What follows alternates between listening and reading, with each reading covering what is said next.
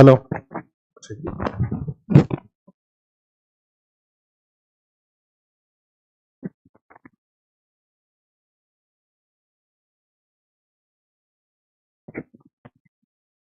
Start हो गया।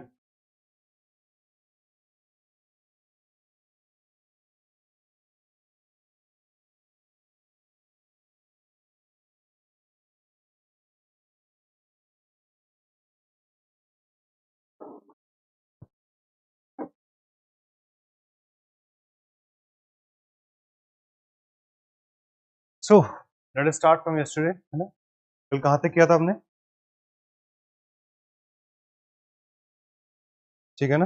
हाँ, तो आज broadly first will talk about the policies of the British Raj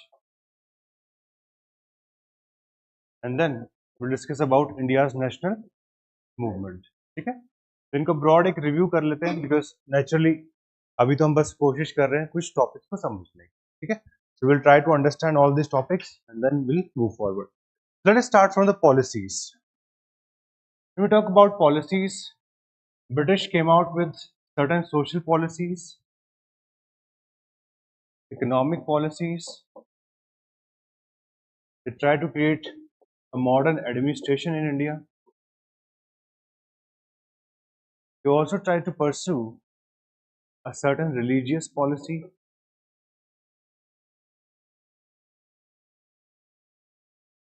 Okay, so different kinds of policies were there. Like when we discuss about social policy, from 1757 till 1813, the British were very cautious. They didn't want to introduce many number of reforms. Okay, they were not happy. Didn't want any kind of reforms. Reason being, they knew that there can be certain kind of revolt. They were very conservative in nature initially. Let us just stay put. Let us not do anything which can create any kind of uprising in India. After 1813, they started changing their policies.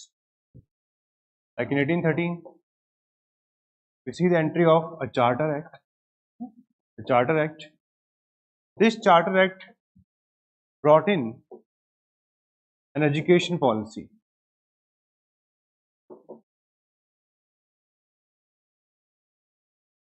The British said that we will give you 1 lakh rupees. 1 lakh rupees was given, and in 1 lakh rupees you have to teach whole of India. That was the budget which was given in 1813. So they gave a budget of 1 lakh rupees for the promotion of education in India. Now this was probably, yes, as all of us can understand, it was an inadequate level of budget. But more than the budget, what was more important? What kind of education they wanted to bring in India? If we talk about education, a debate started in India. There were certain people, they were known as Orientalists. Orientalists means the people who wanted the promotion of Indian culture. Indians should learn about themselves, okay? And these people are known as Orientalists, alright? While on the other sides we had these Anglicists. These Anglicists wanted to promote Western culture. They wanted that Indians should learn about Western science. They should learn English language. While these Orientalists, they wanted to promote the Indian languages. Like that is what they say as native languages of India. So this remained a debate for next many years. In fact, starting from 1813, it was finally resolved in 1835. A committee was created under the famous Macaulay, T.B. Macaulay, okay, Thomas Macaulay. He said, we will create a class of Indian citizens who are Indian in blood and color, but they are European in what? Taste, intellect, morals. This is now a big intervention in India's society. And finally, it was the victory of Anglicists. The Anglicists won. Anglicists won. Yes. Yes. Initially, when they came to India, look, if you want to create administration, you need to learn about people. Like Warren Hastings was the first prominent governor of India, right? Starting from Warren Hastings, we see some initiative. Like Warren Hastings himself, he formed Calcutta Madrasa. And there was a person by the name of Jonathan Duncan. He opened Sanskrit College. And then we see the creation of Asiatic Society of Bengal by William Jones. Like this, many people from England itself, they were Orientalists. Why they were Orientalists? They wanted to learn about India. They want to learn about India. Look, running an administration is not easy if you are not aware about rules and regulation of a society. They converted the Manu Smriti into English, and it was renamed as the Code of Gentoo Laws. The people of India, how their society works. All those things were done by the Orientalists. While on the other hand, Anglicists, they took less interest in our culture. They thought these people are only spiritual, they know, इनको हवन करना आता, rest they do not know. They started criticizing us, and they started saying that Indians should learn about science. They should learn about Western culture. That's why India's society, as we discussed, India's society was now impacted by this education policy. This education policy, which was brought in by T.B. Macaulay, will be eventually modified a little in 1854. There was a person by the name of Charles Wood. He came to India, and this is known as Wood's Dispatch. An education system was made relatively more broad-based. Initially, like if you'll give a budget of 1 lakh rupees, how many people can you teach? You tell me. You take admission today in a batch, 30,000, 40,000, 2 people, 3 people. Suppose we are talking about 200 years ago. Multiply by suppose 5,000 or 10,000. That's the number of people you can teach. So it was inadequate in general. That's why this criteria was criticized by Charles Wood. He said that government should take responsibility for educating the masses. They should not pursue. This is what is known as downward filtration theory. Downward filtration theory means that we will teach a few people. These people should take care responsibility of the others. This is known as downward filtration theory.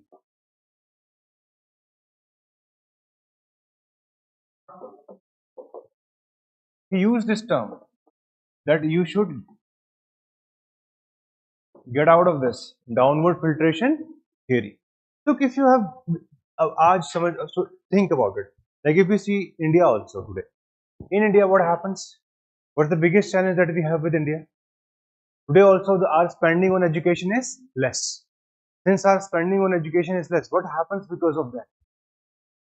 We are not able to develop our human resource. Okay, and every time whenever there is this discussion that how should we move forward, everybody says we should increase our budget on education. Right? So education is one area which is need to be targeted. Plus, considering a country like India, India was not England. India was not England, where largely the culture is the same. But in case of India, if you see, we have diversity from Kashmir to Kanyakumari. There is a lot of diversity. Before taking this big a project of education, they had to factor in what kind of things were required, what kind of syllabus was required. But the British, why would they care? Their major aim was not to educate the masses. This is just like the agenda. Like in politics, everybody says, I will come and I will remove corruption. Okay? All of you for 2 to 3 days, all of us do clapping together. But what happens after that? It was just an agenda for the politics. And then what's the real agenda? It's to create the government. So for British also, for them the major agenda was to loot the resources of India, to get maximum money from India outside. That was their main agenda. For that they created administration. For that they were just trying to show the educated people that we are doing this for you. We are charging a fees of drain of wealth. जो हम पैसा लेके जा रहे हैं, that is our fee. The money that we're taking to England is our fee for civilizing all of you. This is what British used to say. It's a minor cost. Don't think about it. Let us take care of it. So the British started with these kinds of policies in India. This was a major altercation in Indian society. Our previous education system, linked with gurukuls, linked with maktabas in Islam, all of them, they started falling apart. Our society slowly was now anglicized. Anglicized means our society was now being developed on the model of British. It was now anglicized. Similarly, the British came out with multiple economic policies also. Okay? Yes. We'll discuss about that. Let me just give me some time. Okay? We'll talk about social reforms and then we'll talk about that. Yes. Hmm.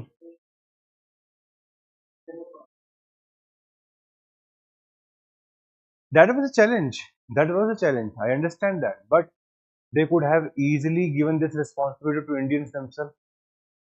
They could have overseen the project, but they did not want to just oversee the project. They wanted to rule us. So it's not about that they could not have done some kind of adjustment.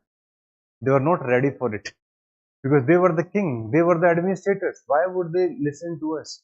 Like today, when we say that Indian government is doing this wrong, that wrong, at least we know that Indian government is working in our own interest.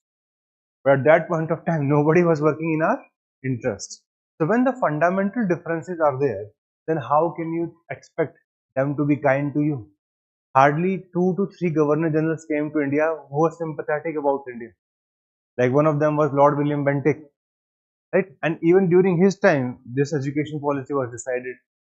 So that you can understand. The most compassionate of the person also got in favor of an English education. So one thing is very clear: they just wanted to loot and plunder. That was clear. And for the sake of showing people that we are doing something for you, they came out with the social and economic policy. In fact, economic is the most prominent one. All the policies of the British, they amounted to something which is known as drain of wealth. What's the meaning of drain of wealth? What's the meaning of drain of wealth?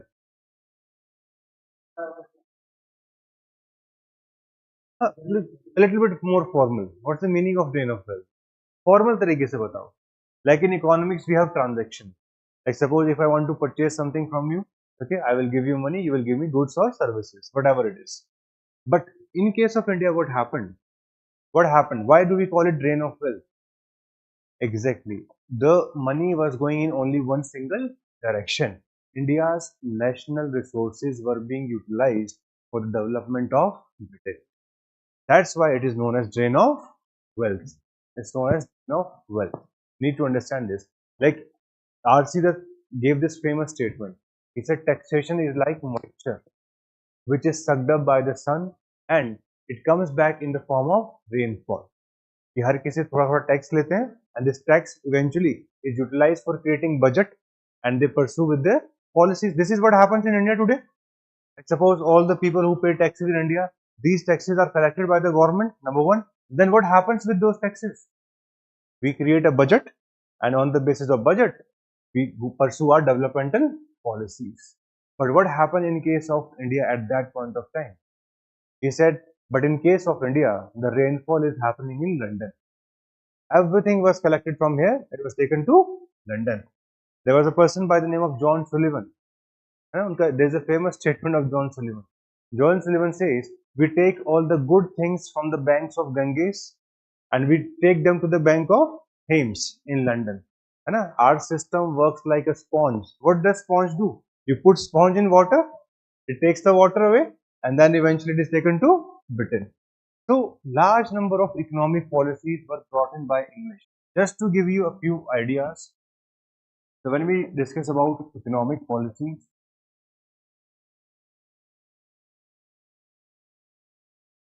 first we had these revenue settlements.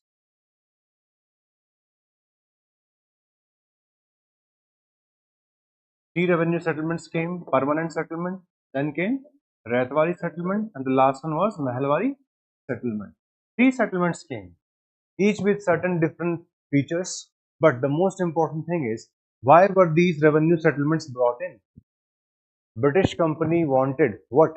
A stable source of income. Okay, a fixed income was being asked by them. That's why they came out with this system. The first one was permanent settlement. It was brought in 1793. The person responsible for this was Cornwallis. So Cornwallis, he himself was from a landlord family from Scotland. So when he came to India, he was already having his bias. So he was trying to create a landlord system in India. That's what they did in India, the permanent settlement. Rathwari settlement, it was introduced in 1820 in the Madras province, and the person responsible for this was Thomas Munro. Thomas Munro was responsible for that. Alright. And the last one, Mahalwari settlement, this was introduced in 1822.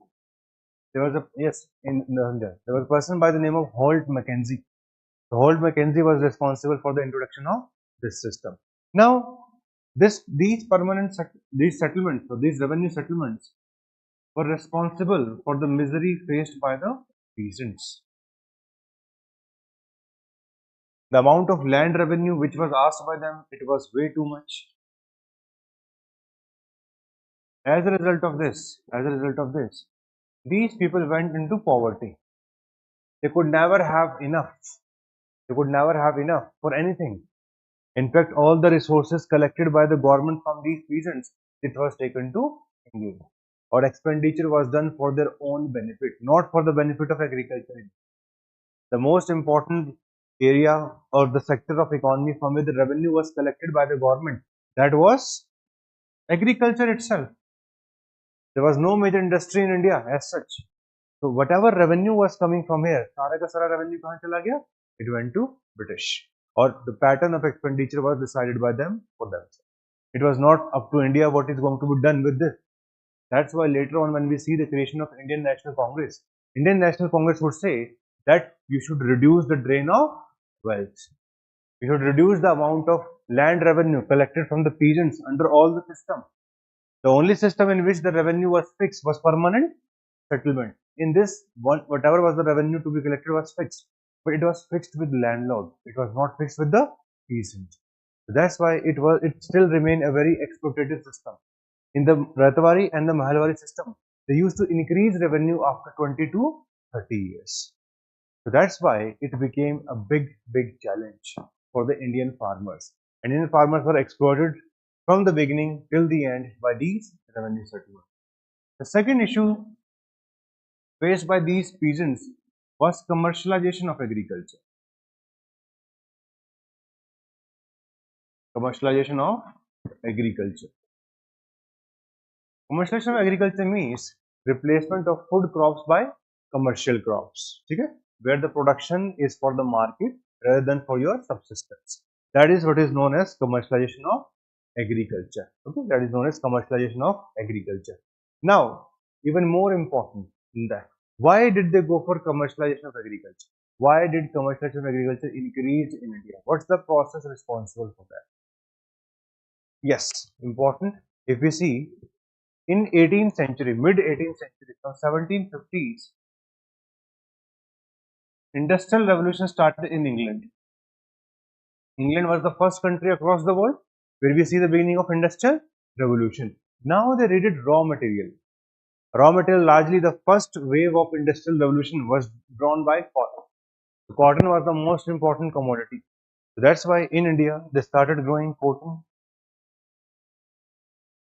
Then for creating colored clothes they need indigo, right? So with the period of time, many commercial crops were grown like cotton, indigo, even later on, even opium. It was grown in Bihar because they started creating the demand of opium in the region of China. That's why to create a favorable balance of trade, they started even cultivating opium in India. In fact, later on, we see plantation agriculture with tea as well as coffee. All of this. Why was commercialization of agriculture done by British? To increase their profit. They were not giving any percentage of revenue or any percentage of profit to these peasants. They were given, in fact, n number of warnings if they would not grow these kinds of commercial crops in their fields. So this became a big challenge for us. Commercialization of agriculture. Do you know the biggest problem with commercialization of agriculture? Like in general, if you know about it. Yes. So one problem with this is soil quality degrades. That's number one. Number two, if you are doing commercialization of agriculture, you need more revenue in the beginning because naturally the investment is more, but the farmers never used to get the real price of the market. So the expenditure was increasing for sowing the crop, but the profit was not increasing. So that's the big challenge. And in the process, they were also making their fields infertile. So this was a big challenge for India as a whole. Later on, the British came out with one policy known as one-way free trade. This one-way free trade policy became prominent from 1813, where any goods which came from Britain to India, no tax was put on that. Like today you see Trump. What is Trump doing? Tariffs and tariffs. What's the meaning of tariffs? What's the purpose behind it? What's the purpose behind tariffs? Yes, to protect the industries of America in a way. Even though he does not understand economics well, he is just putting tariffs without any understanding. And his the best friend, those na raha, the best friend Elon Musk and him, now they are not able to work together.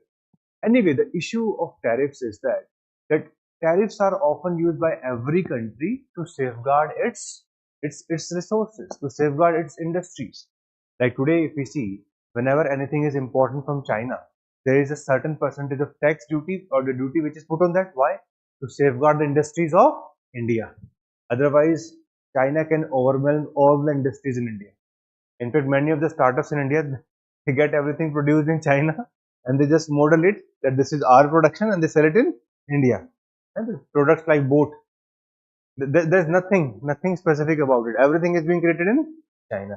But anyway, whenever something is brought in India, there's a certain level of duty. Like you see, we have these luxury cars from Germany like Mercedes or BMW, etc. like that. Why are they so costly in India? The only reason is custom duties which are put. Why? To safeguard our own production. You know, who will buy Maruti if you can get a BMW in 20 lakhs? You know, who will buy Tata if you can get a BMW in suppose 25 or 30 lakh rupees? So even at least 100 to 200% duties are put on cars. Now they have been reduced, but there was a time when even 300, 400 times duties were put. You remember the famous case in which Sachin Tendulkar he was gifted a Ferrari. He was gifted a Ferrari by his friend, but he had to pay 200% duty. Like suppose if the cost of the car was 1 crore, in India it was available for 3 crores, right? So he had to pay 2 crores at least, to get the car to use it in India. So that's why, because the reason is Indian government knows that if we will not protect our car companies, we will not be able to have employment. We will not be able to incentivize the production in India. But this British government did the exact opposite.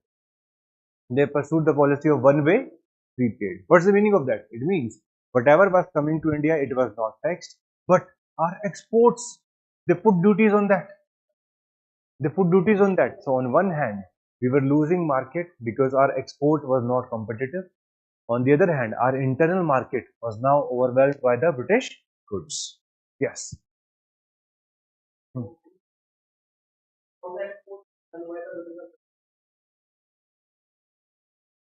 What happened? Look, initially from 1757 to 1813, this was the phase of mercantilism. Mercantilism means use of political power for generating profit. So what you are asking is correct.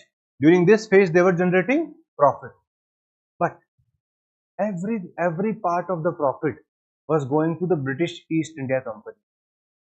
In 1813, its trade monopoly was broken, and trade monopoly was broken. Only trade in tea and trade with China. These two things were left. That's why from 1813 onwards, this company was forced to pursue, or it has to go to the process of utilitarianism. In the first process, Only one person was benefiting, that is British East India Company.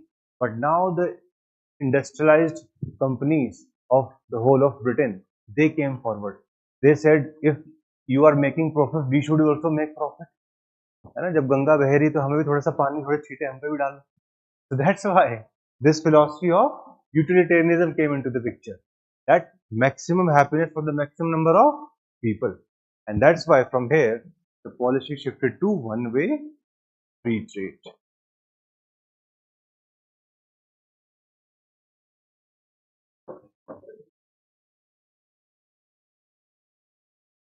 Like, suppose if you want to export handicraft from India, so much of duty will be put, your handicraft will become uncommon. You will not be able to sell it. And in general, in India, the things which were exported were agricultural exports. We were not having an industry largely. So directly the British were disincentivizing everything. They said, give the raw material to us and we will give you the finished product and live with it. Live with it. Don't change this pattern. This pattern is known as classical colonial relationship.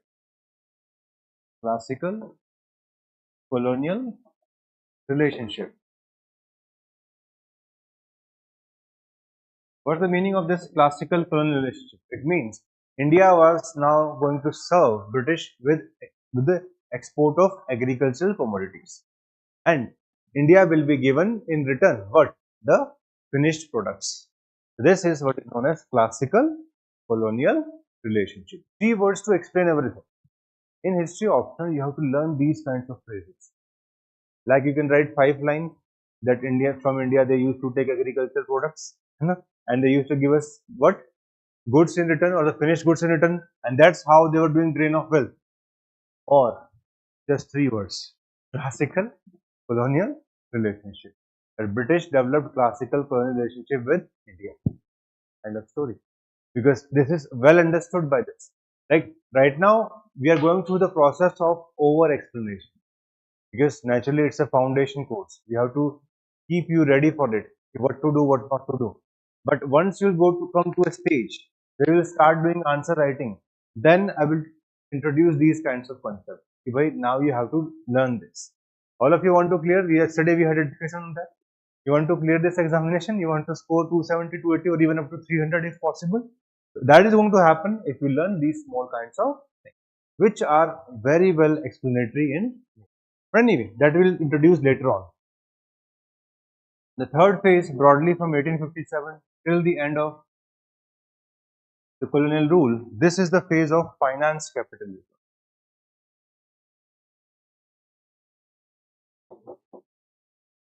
Finance capitalism. Finance capitalism means one thing, okay? Finance capitalism, it means that they started investing in India. Like one specific project which was famous for investment, that was railway. Railway was introduced in India around 1853, but the maximum investment, it happened in the 1860s. In fact, by the early 1870s, already 70 million pound was invested. 70 million pound was invested, and majority of it came from Britain. And look, what a good scheme was given to these investors from Britain. 5% fixed. 5% fixed. It was like an FD. कि 1 लाख रुपए दो और 5,000 रुपए ले जाओ. The railway was like an investment opportunity for the investors from Britain, and that was a big challenge because with the period of time, what happened? All the profit was taken outside. The railway was one such project in which large investment was required, and in fact, by 1870s, the interest which was going out of India was more than the investment which was coming from Britain. अगर मान लीजिए 70 million pound है, 5 पर, if we calculate 5%, it will be around 3.5 million pound. 5%. So in the coming time, the interest was going outside was 3.5 million pound. If we see it as a fixed, but the what was investment was coming was suppose only 1 to 3 million pound. That shows over a period of time, India was used as a vehicle for investment. Whatever opportunity came in India, they just encashed it one way or the.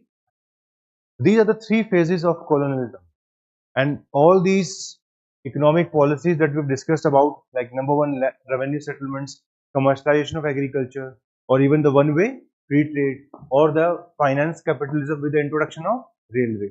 All of this led to only one thing, and that was drain of wealth.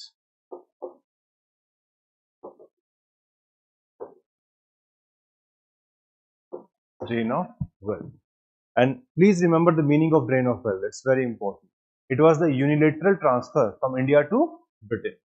Unilateral transfer from India to Britain, for which India got nothing back in return.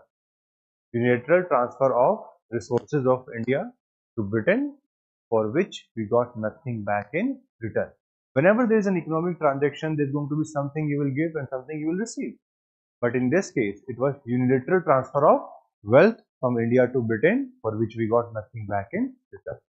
Many such concepts are there, which I will discuss with you today. Let us go back to the initial phase. So I hope little bit of idea about social and economic policies you have now. Okay. Next thing which you need to understand is administration. What was about this administration? From the beginning, when British started ruling us, or at least some of the states of India, they started creating administration.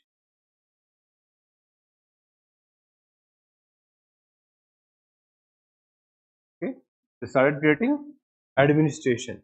Now the important thing is, starting from 1773, we see the beginning of the Regulating Act. This was the first act which was bound to create a new kind of administration. Like when we see the Act of 1773, for the first time, post of Governor General of Bengal was created. Okay, we see the creation of the post of Governor General of Bengal. Similarly, there was creation of Supreme Court at Calcutta. Okay, there was creation of an Executive Council. Executive Council was also created with 4 members along with this. Okay, there was creation of an Executive Council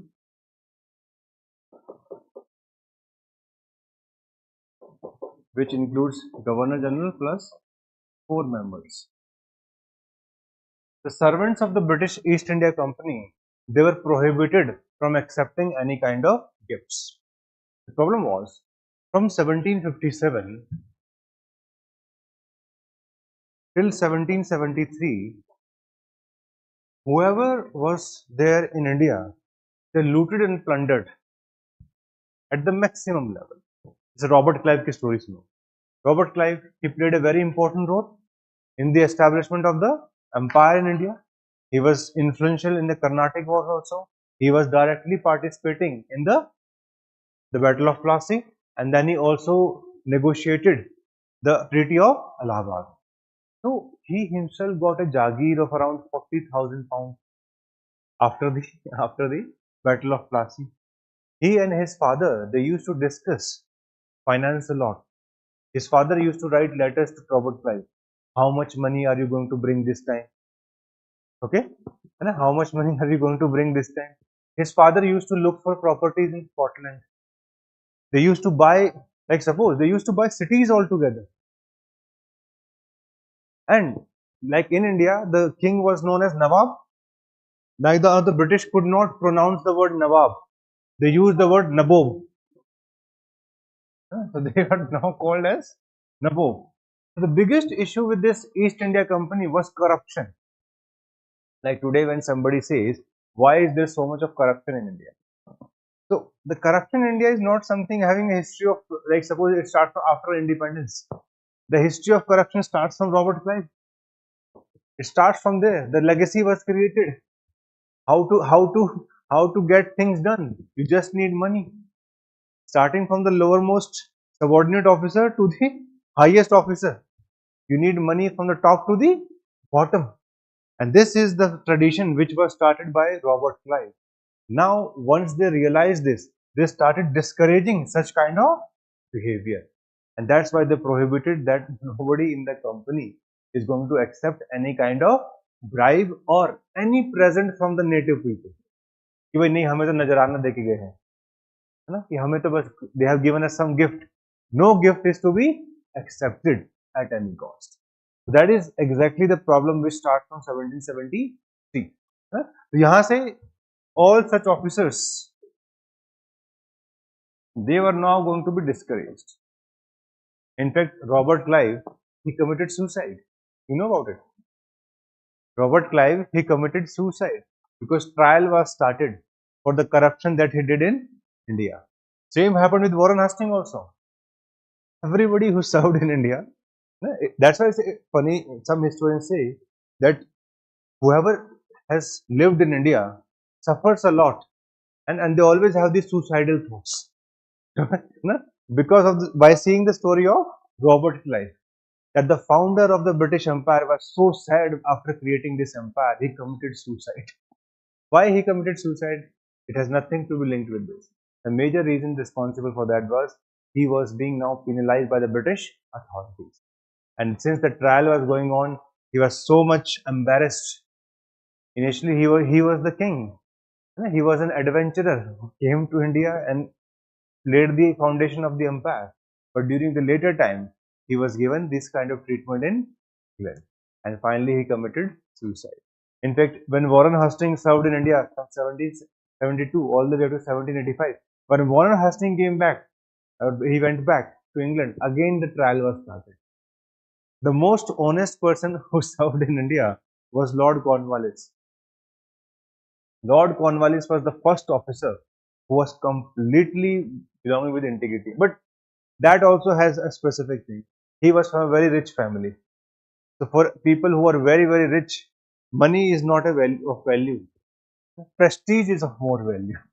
So for him, it was more about creating that prestige. In fact, many historians say that he was the most uncorruptible officer who came to India. But anyway, the administration of the company started taking the shape from 1773. This was further improved in 1784. In fact, the most important act till the 1857 revolt, it's known as Pitt's India Act. So William Pitt, he was the Prime Minister of Britain. William Pitt, he was the Prime Minister. So his surname was used and it became Pitt's India Act. This act is very, very important. Why? Because now the company was brought under the control of Parliament. So they created a board of control. Board of director was already there. Okay.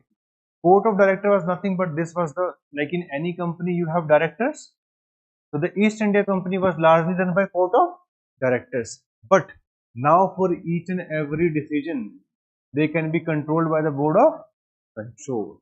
Board of control was given explicit powers with respect to revenue, with respect to civil, with respect to military matters. Every single thing can now be controlled, and this board of directors, they had to listen to board of control. This board of control used to have membership from the British cabinet. Okay, so any person from the cabinet can become part of the board of control. This was the biggest intervention in 1784. In fact, many such changes were done. The Executive Council, we see the reduction of the one person. So Governor General was having along with him 4 members. Now it was reduced to Governor General plus 3. One person was reduced. Why? Because veto power was not there. And since veto power was not there, these 4 people used to take one side and they used to defeat Governor General on his resolutions. So they made a habit of taking pride in the in the challenges faced by Warren Hastings. So finally, the board, they had to listen, and it was changed in 1784. In fact, the first person who was given veto power in India as a Governor General was Cornwallis. Warren Hastings never had the veto power. After he went in 1786 for the first time veto power was given. In 1786, veto power was given for the first time to Cornwallis. In fact, Cornwallis made it a condition that I will only go to India if you will give me veto power. मैं बेइज्जती कराने नहीं जाऊंगा. I am from a royal house. I have dignity, and I would like all of my people to respect me without any kind of hassle. That's why the veto power was given for the first time to Mr. Cornwallis. Anyway, this Pitt's India Act is very, very important. It created a structure which was now going to take forward. In fact, all of you know that there were certain presidencies. We had this Bengal presidency, then we had the Madras, and then we also had the Bombay. In the Act of 1784, it was specifically mentioned that for each and everything, Bengal presidency is supreme.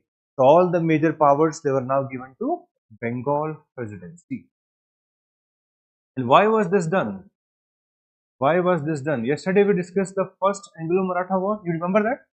In the first Anglo-Maratha War, the perspective of Bombay government was different and that of Calcutta government was different. And this showed the problem with the Regulating Act, that since exclusive powers have not been given to the state of Bengal, or they are not able to put enough pressure on the other presidency. So the concept of Governor General was now further strengthened, and all the major powers were now in the hands of the Governor General of Bengal. And this is the most important act. Okay, this is the most important act. The structure created by this Pitt's India Act is going to continue from 1784 till 1858. In 1858, we will have the Government of India Act. Okay, it's going to continue all the way till that time. There will be some minor alterations. There is some minor alteration, and after this, we will only have the Charter Acts. Like in 1793, we had a charter. Charter means that they used to get this idea, they used to get this support of the sovereign that for the next 20 years, you can further rule on behalf of us. So after this, the administration was further improved by 1793 Act. Then we had the 1813, 1833, and the last act in which no time period was given. Like in every Charter Act, they used to be given a period of 20 years.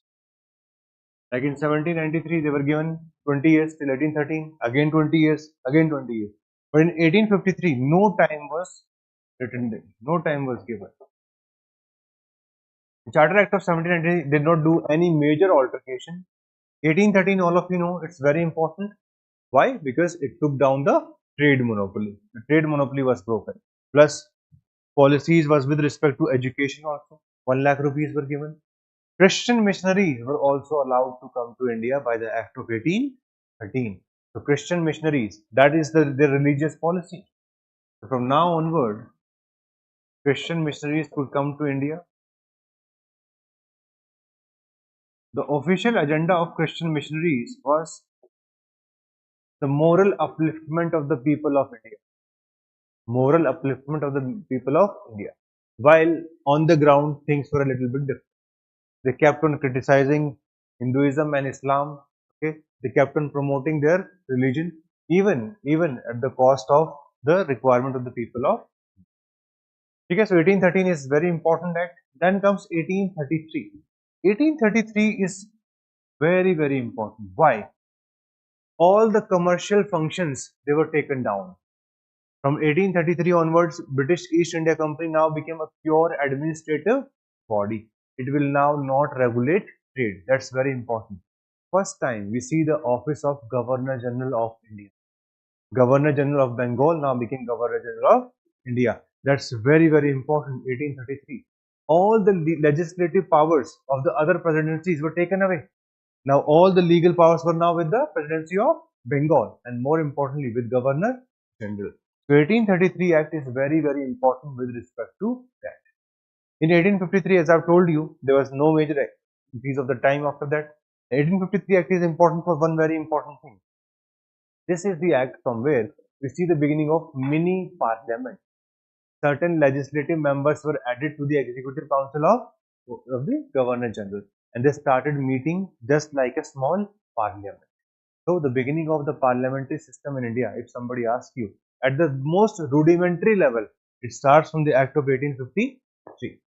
Okay? It starts from the Act of 1853. And since no time was given, the intention of the British Parliament was clear, that we can bring down the shutter at any point of time. Whenever we want, we can scrap you. and the whole circumstances. Yesterday we discussed that Dalhousie,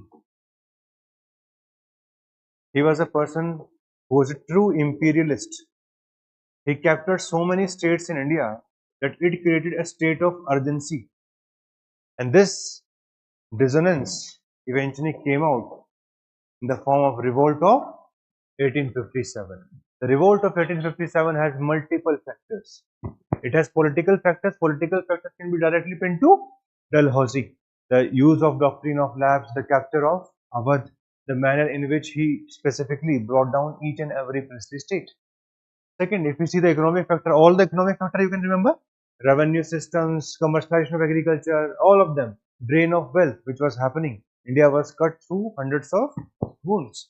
Then social policy, the education policy, plus they also started doing social reforms in India. These social reforms, which began from the early 19th century, two important acts came. One was the abolition of sati in 1829, and then in 1856 we see legalization of widow remarriage. In fact, one more act was passed, it is known as Lex Loci Act. Okay, it is known as Lex Loci Act of 1850.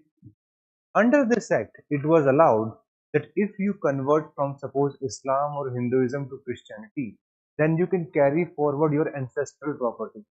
So it was an incentive that nobody can take away your ancestral property even if you change your religion. Now this was going to create a big problem in India, because now people were thinking that the British on purpose are trying to affect the religion of people of India. So a number of social and religious reforms were done by the British which were not liked by the Indians as such. There were certain grievances with the people of the British East India Company and its army also. If you see this army was very, very dissatisfied. The immediate reason for the dissatisfaction of this army was annexation of Awadh. One third of the army of Bengal, it was directly coming from Awadh. And these people were very unhappy when their motherland was taken away from them. That's number one. Along with this, there were other major challenges, like they were not having major perks, okay, in this army. Number two, their foreign allowance was taken away. It was scrapped. To save the money, the British scrapped the foreign allowance. They also passed this act, General Enlistment Act. Under this, now the soldiers can be made to go outside India, which was not liked by these people, because many of the Hindus in those times used to think that if they will go out of their country, they will lose their caste. हम अपनी बिरादरी से नीचे गिर जाएंगे. So what will happen to us? So these kinds of ideas, notions were there at that point of time. This logic is going on since the medieval times. Like there is in the early medieval period, after the downfall of the Gupta period, then we had the Harshvardhan, etc. In those times, there used to be what is known as Desh Dharma, that never leave your country. It is your duty to stay in your country. So everything has a logic. Why did this idea develop? Because in early medieval period, there was lots of challenges towards the Arab land. If you used to go as a merchant, like there's a story of 8th century, okay? Many people thought that they will do business, okay? They will do business. They went towards the area of Arabs. The Arabs caught them and sold them in slavery, okay? So the businessman became the product. They were sold in slavery. So the security situation of the West Asia, security situation of Central Asia, it was very much affected during the early medieval period. Like there was fight in the China also. That's why when such kind of things were happening, suddenly new societal rules came. Do not leave your country. Do not leave your village. This is how it happens. So once the notion is created, it is internalized. Exactly, it is internalized. It is internalized. Look, if you're always going to be treated in such a manner that where you are hurt the most, उसको पकड़ेंगे सबसे पहले. आप सीधा आपको समझाएंगे, हर किसी को समझाना पड़ेगा. Like if you have to tell everyone that if you will go out of here, then life is not secure, etc., etc. You will say that this amendment. But suddenly they will say you will go out of your caste. You say, huh? What will happen to me? and suddenly you will not question. Like it happens in, look, in our family system, this is how it is. Like many things are imposed upon women. You should come home early. You should marry as per our. We see the person first, है ना? Then you will go for all those kinds of things. Why is that? Because it's a patriarchal society. Patriarchal societies used to treat women as property at some point of time, and that notion has continued. So they are not allowed to choose their life partners, but they have to serve in a chaste manner, in a pavitra rishta till the end of life. Okay? So this is how society works. Society functions in mysterious ways. It's so difficult to understand the society at times.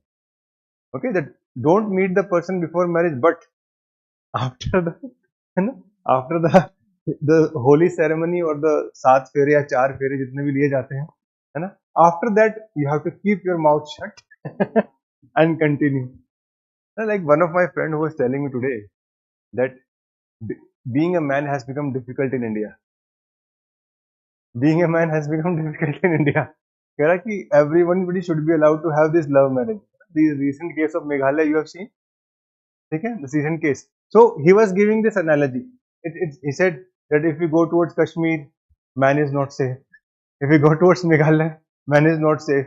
And even if we are in the central part of India, man is not safe. He said, where is patriarchal society? So anyway, it is just a way of saying things, but patriarchal society is still there. This society treats men and women differently. So there's so many things which are based upon social custom, based upon caste, based upon family structure, etc., etc. So all such things are enrooted in the culture. So such kinds of things affected the army of East India. And the most important issue was the issue of Enfield rifles. These new rifles came, and these new rifles used to have cartridges, and you have to bit it off. This cartridge were to be bit it off, and somebody gave this idea to the sepoys. Sipahi जो है, British called them sepoys, that this cartridge is made with the mixture of the cow fat as well as the pig fat, or in other ways we can say pork and beef. So this was now not acceptable to either Hindus or the Muslims. So it became a very problematic. These sepoys, they made representation to the East India Company that we are happy with the previous rifles, take away your new Enfield rifles, we don't want them. But British being British, whoever refused to use these guns, they were shot off. They were shot off. And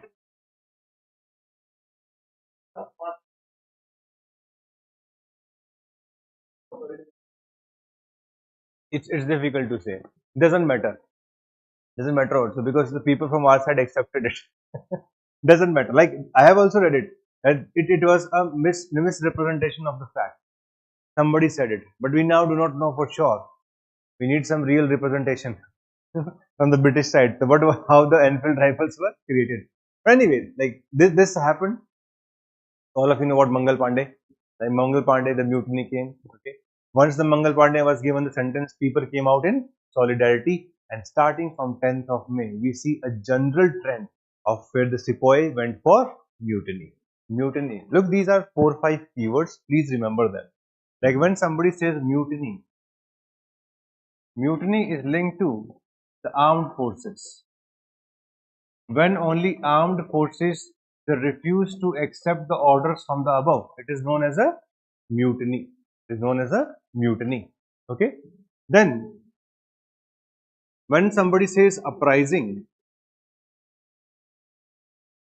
what's the meaning of uprising? Uprising means when there is an armed event, but the support base is less. Support is less. The number of people supporting the cause are less. It is known as a uprising. When the support base is very high, it is known as a revolt. When the support is higher, more number of people are in support of that. When it becomes a successful revolt, it is known as a revolution.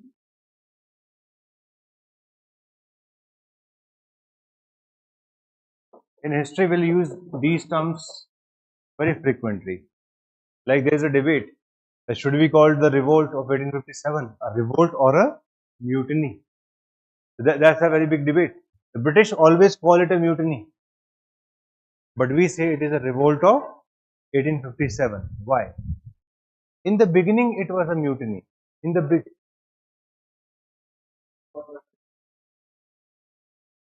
look, at that time, the idea of India was not there. The idea of India was not there, but it affected around 25% of India's geographical spread. Around 25% of India's geographical spread, and that is good enough. Like suppose if there is a cause for which there is full support in the state of UP, you will not call it support is not there, because the idea of India will develop in 1870s, 1880s. That's why we say the birth of Indian nationalism. That belongs to the later phase. Okay, this is not about the birth of the Indian nationalism. In 1857, everybody, whatever they were doing for their self-interest. They were not doing it for India. They were doing it for their self-interest. Anyway, these are the terms which you need to remember. Like now, this question: should we call the revolt a mutiny? Should we call this event of 1857 a mutiny, or should we call it a revolt? In fact, there is a third perspective also. V.D. Savarkar, he said it was first war of independence. And that is not acceptable at all, because first war of national independence, it cannot be accepted. Why? Because first of all, India was not, the concept of India is going to emerge over a period of time. Okay, so we cannot accept this concept before the creation of the Indian National Congress. Okay, only after that we started creating, or we had this one national platform which eventually is going to lead the fight against the British, and that will also happen very slowly, as the moderate phase continued for 20 years, 1885 to whole 1905. The partition of Bengal led to rise of the extremists. From 1905 to 1919, we had the extremist phase. Then the mass nationalism phase, the phase of Gandhiji, starting from 1919 all the way to 1947. And then also, everybody was not on the same page. There were followers of Jinnah, which eventually became Pakistan. So whenever we use the word Indian nationalism, or when we apply Indian nationalism in 1830s, 1840s, we ignore this fact that at the time of independence there was also a partition. We ignore this fact that there was only one country. No, there were two countries. The biggest thorn, the biggest problem which we face around us. But anyway, we should call it a revolt, not just a mutiny. Reason is this: initially it was a mutiny, but later on the support came in the region of Awadh. There were certain leaders who stood up. Like if we see Bahadur Shah Jafar, okay, so he became the main leader. But Bahadur Shah Jafar, he was an old man, है ना? And he was like, बुढ़ापे में क्या क्या कराओगे मुझसे? ना गोली मरवाओगे? So Bahadur Shah Jafar, he negotiated with the British, and eventually after those negotiations, he was sent to Myanmar. He was sent to Rangoon, and he lived there till the end of his life. I think in 1862 he died, probably, right? Probably in 1860. But anyway, the more important thing is many leaders rose. Rani Lakshmibai, she was fighting for Jhansi. Nana Sahib was fighting for the birthright of every Indian, pension. He was fighting for pension in 1857. Then there was Kuwar Singh, who was fighting in Bihar region, right? Because he was coming under the debt from the company side. Then there was fight from Tantia Tope. So multiple people were fighting in different parts. Begum Hazrat Mahal, she was fighting from Awadh, Lucknow region.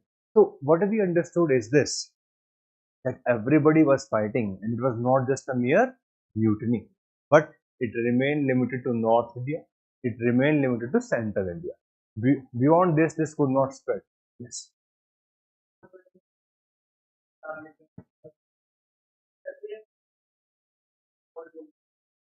कोई criteria नहीं है. This is, somebody uses the word kingdom, somebody says empire.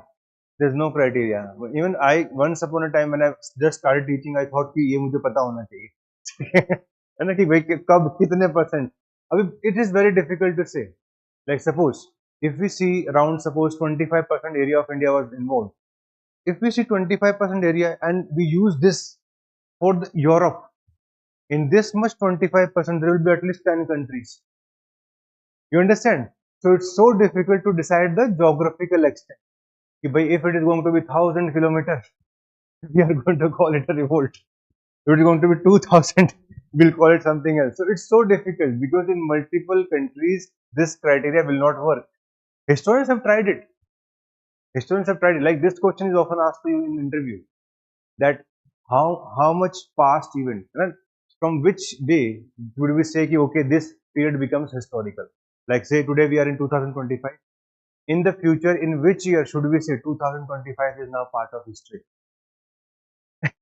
It's difficult to say. Now, many people say at least 3 decades. At least 3 decades, at least one generation should pass on. One generation means 25 to 30 years.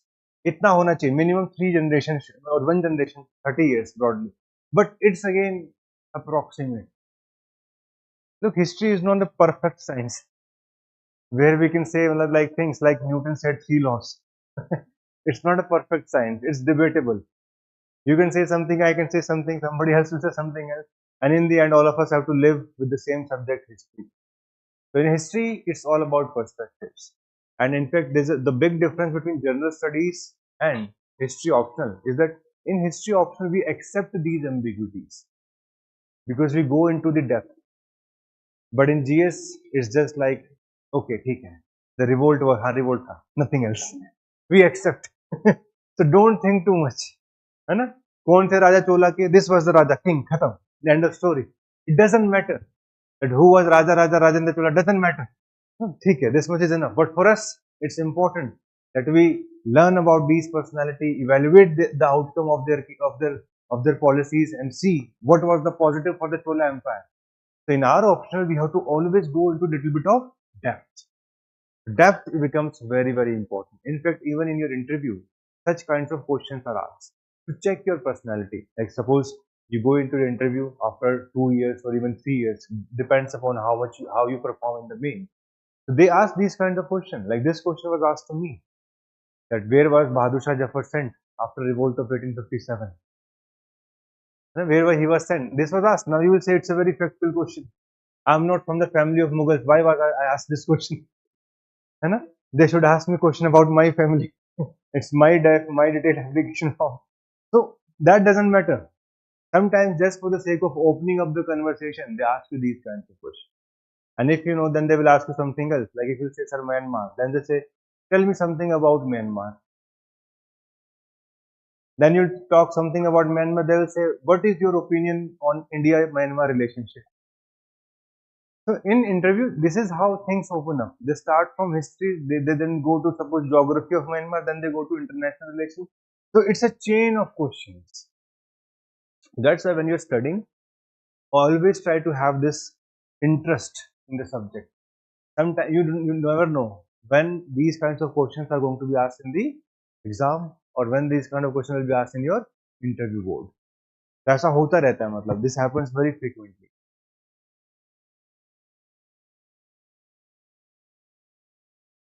It's not about PhD. Whatever discussion we will have in the class, at least that much we can do. I have enough experience of interviews. Every year, so many of my students, they go appear in interview. They tell me the questions. I will talk them in the class. And I will discuss them in the class. So all of you need to understand this, that whatever we discuss, just take it. Some parts are going to be important for your answer writing. Like Bahadur Shah Jafar went to Rangoon does not matter for your answer writing. It's just for the sake of factual knowledge. But you can never predict when these kinds of questions will be asked. Like suppose whatever may be your background, on a certain day UPSC can ask you anything. Like one of my friend, he's a doctor. He got selected into IRS. Then he again appeared for improving his rank. He was asked question about coal ministry for 25 minutes. Coal ministry. Coal ministry. What was? Because he entered, they said you are already a selected person. We will not discuss anything which is in your depth. We will discuss about energy. We will discuss about sustainability. On that very day he said, "वापस IRS academy चलते." This is done for the day. This is done for the day. So things are unpredictable. It always appears like when somebody gets elected, the same story. No, meet those people who have given interview. There's lots of people who will have this pain कि हमारी क्या गलती थी, हमसे ऐसे question क्यों पूछे गए. Lots of people like this. बहुत सारे लोग हैं ऐसे. But anyway, मतलब ये चीजें थोड़ी सी बस ये सब चीजें है ना, these fundamental things they are often asked in the interview. Should we call it a mutiny? Should we call it a revolt? Why this is not considered as a revolution? What is the criteria for being called as a revolution? These are the kind of questions which are often asked in the interview. Because UPSC wants to see your fundamental clarity. Fundamentals ठीक है कि नहीं है. Since you are associated with an option minimum for at least 1 to 1.5 years, and maximum it can go up to the number of attempts you wish to exercise. So they would like to see at least fundamentals ठीक है कि नहीं है. That's why if you're optional, in our option, in fact, we have to take care of the fundamentals also, so that your base is strong, so that your vocabulary is strong. But at the same time, you have to also learn how to write answers. And few facts just for the sake of creating interest, or knowing at least the basic fact which common people also know कि बहादुर शाह जफर कहाँ गए थे. ठीक है ना, तो वो चीजें पता होनी चाहिए. Yes.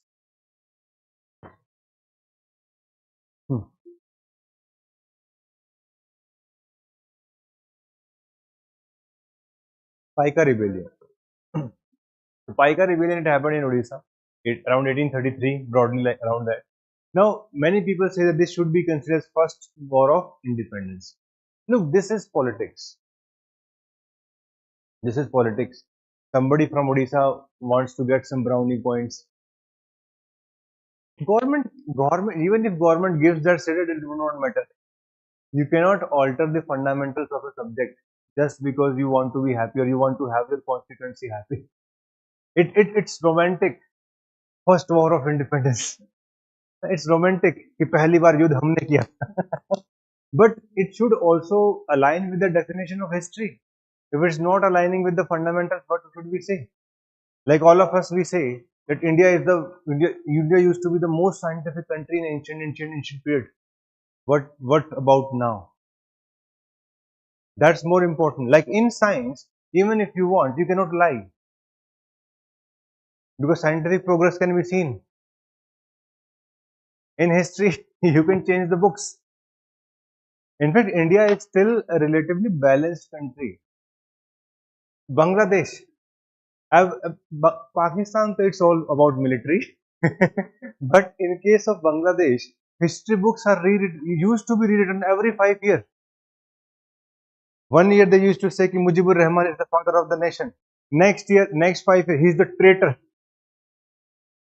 Like sudden, you know what is happening in Bangladesh right now? Sheikh Hasina charges are leveled against her. Now she is the daughter of Mujibur Rahman. So in Bangladesh, this question was also asked to me. They asked this question that, do you know about a country where history books are rewritten every 5 to 10 years? And then they asked the question, should we rewrite our history? Then they asked these kind of questions also. Should we rewrite our history? Rewrite our history means the way we have written about our ancient, medieval or modern history. Should we rewrite it? So you have to be very nuanced. ऐसा नहीं कि हाँ sir कर देते हैं, एक बार तो कर ली. बहुत टाइम हो गया. मैं भी पढ़ते पढ़ते बोर हो गया हूँ.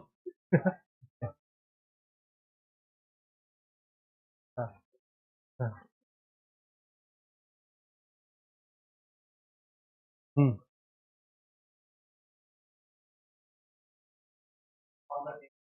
Hmm. No, that's relatively minor issue, but changing the history is very difficult. Like there was news in UP that the chapter of the Mughals was Mughal was deleted. It is not required. It's not important. Only 150 years. That's too less. You know what's the requirement of Babur? He has not done something else. But you can't do that now. You can't do that all of a sudden. The one of the largest empire creator. You cannot forget their name. Even if whatever policies are of that of Aurangzeb, at least you should know. We should get some positive light from Aurangzeb also. Like Aurangzeb was a very devoted father. He was a very devoted person. Okay, but in his religious policy, yes, he went for unnecessary level of thing. But rewriting of history should be done only when we have new sources. All of you remember in the first class, I discussed about that history is written on the basis of sources. Like suppose, what happens after every 20, 30 years, classified files of the government, they are open. Like if new information comes about Subhash Chandra Bose today, would you like it to be part of your NCRT books? Yes, because new source has come in. Like suppose tomorrow, if it is proven that the Indus Valley civilization was created by the Tamil people, there is a project which is going on, which is linking that probably this Indus Valley civilization was created by the Dravidians. Suppose if this happens and this is proved, what will happen that day? What will happen? The whole history will get altered. Today we say Indo-Aryans, or today we say people migrated. Today, a number of things are there. Who created this Indus Valley civilization? But suppose if this is proved, or if we are able to understand the inscriptions of Indus Valley civilization, today we are not able to understand the inscription. Suddenly our history will change. So when you get new sources, then only you should change the history. Otherwise, it's not worth it. If there is some new approach, look at history without supporting any political party, then you can change the history. Like we have four approaches: colonial way of writing history, nationalist method, Marxist method, and the subaltern method. If tomorrow something else comes in, like these days the largest focus is on regional history. Regional history. Like today we are part of India, but this is not how India used to function in the past. And every region was having its own characteristics. So regional history is given due prominence in majority of the universities today. So these kinds of questions are often asked to you just to check that do you have the fundamentals of this subject. And majority of the students who do this correctly, like there was last year one student, she was from Bihar region, she prepared very well and she scored 190 marks in the option, 190 marks in the interview. And these kinds of questions were asked to her. Last to last year, there was one of my students, she scored 201. You just need to listen to these things. These are not rubbish things. These are not things which will be asked to you in your mains examination. These are the things which are often come up suddenly in the interview, and you have to now then speak. It's your time to speak. I will not be there to help you out. You have to speak on your own. If they ask you, should we rewrite our NCRTs? So you have to learn the fundamentals. How should history be rewritten? Anyway, these things we'll keep on talking later on. But is it clear to all of you that what were the different policies? Okay, what were the different policies and how it led to revolt of 1857? The next logical thing which we have to discuss is India's national movement. We'll like to discuss that in a little bit of briefness. But let me just first create the perspective. So, what is the meaning of nationalism? We have just discussed from 1757 till 1857 for 100 years.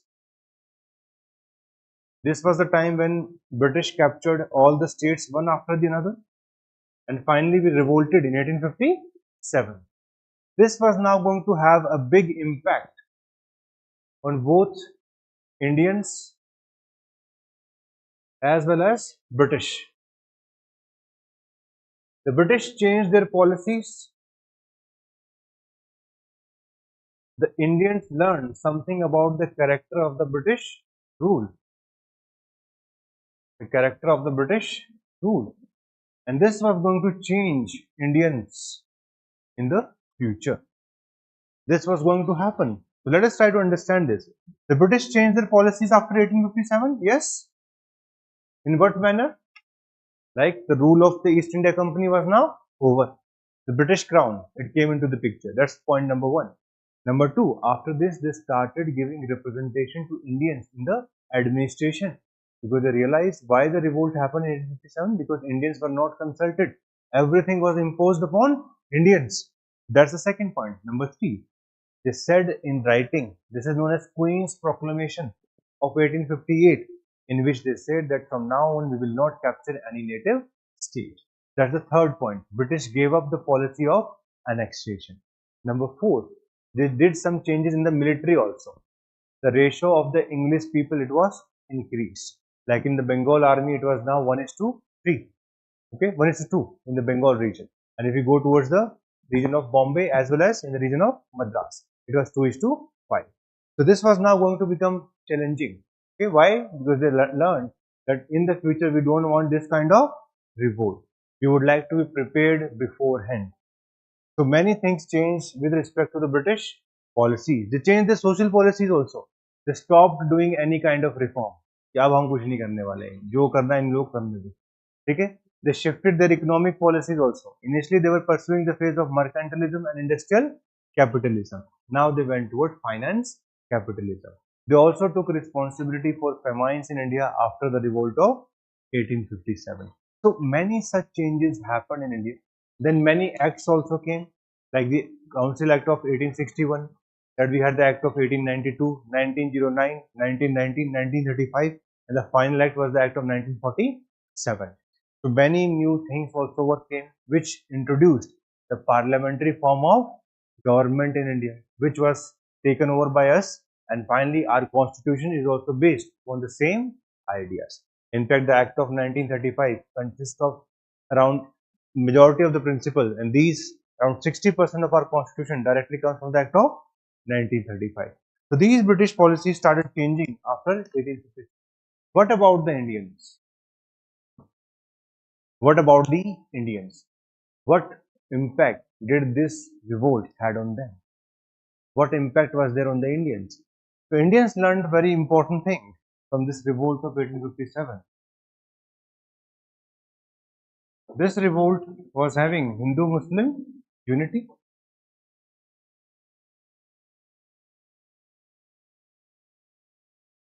The revolt of 1857 became a source of inspiration.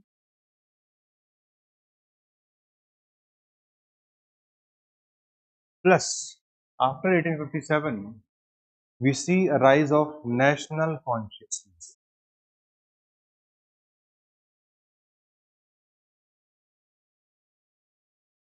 What's the meaning of national consciousness? Okay, idea of being one. Idea of being one. Okay, so what is the meaning of nationalism in reality? Not like in newspapers, not in like even the news channels. So what is nationalism actually? Nationalism means a sense of collective belongingness.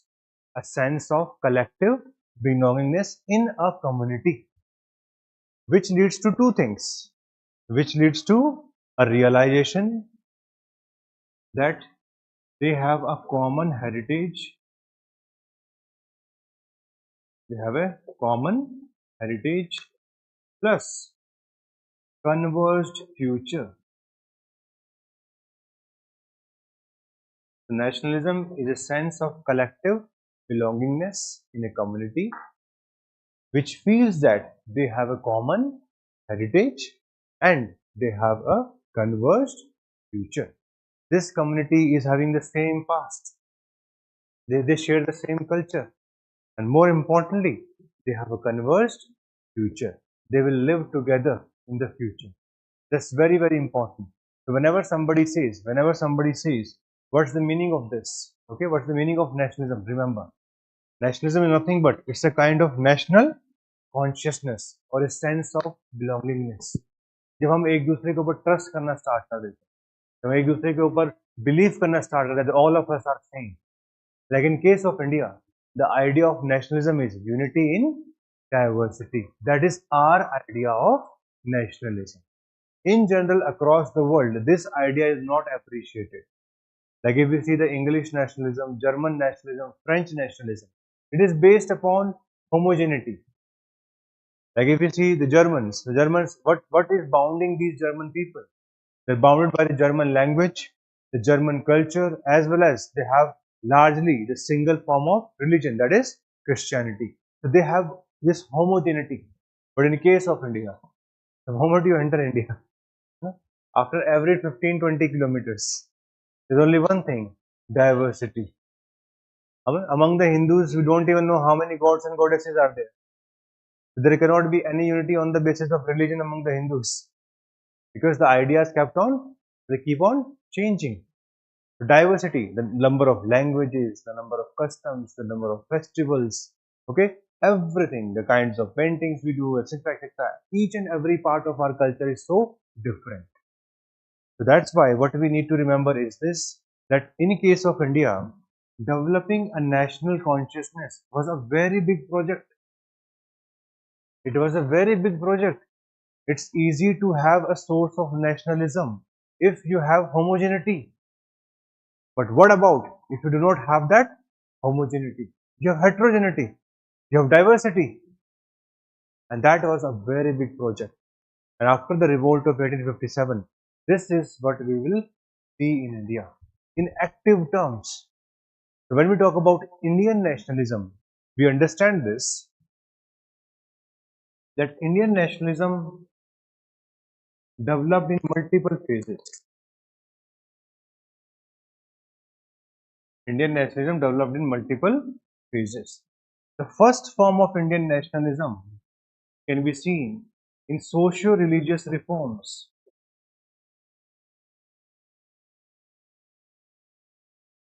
or it is also known as cultural nationalism. It is known as cultural nationalism. Why are we calling it cultural nationalism? Because Raja Ram Mohan Roy, he was trying to defend Hinduism from Christian missionaries. Swami Dyanand, he is saying India is for Indians. Devendranath Tagore, he is ensuring that the philosophy of Vedanta is not lost if there is any kind of pressure or the pressure of teaching from the Christianity. So these people were trying to defend the Indian culture. So when you're defending your culture, that's a form of nationalism. It's a sense of belongingness which comes in. That's why all of you need to remember this, okay? That social religious reforms were a sense of nationalism, but they were only cultural nationalism. The second form of nationalism which emerged in India was economic nationalism.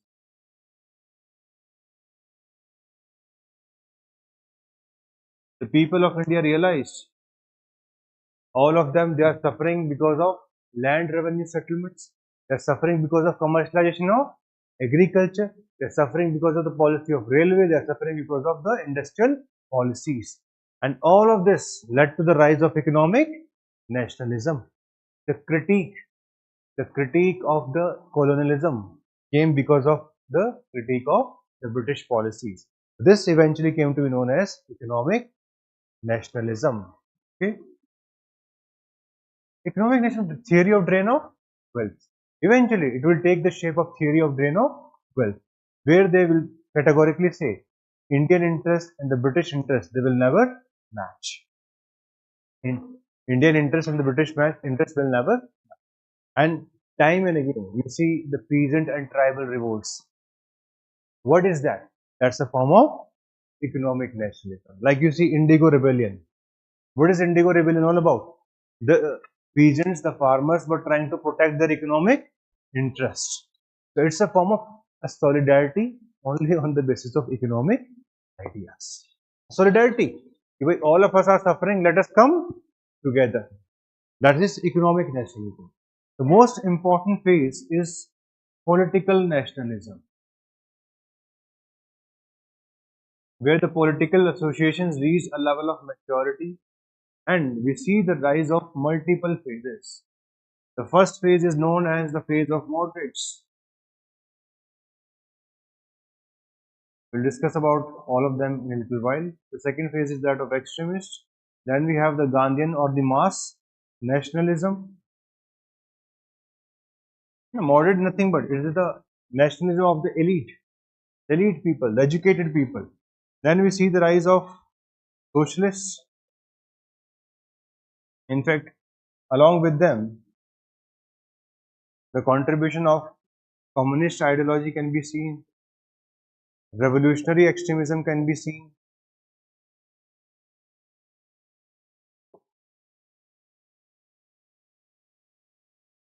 One specific form of challenge which emerged, which affected Indian nationalism, was the rise of Jinnah. Now, Jinnah from 1937 onwards, he used communalism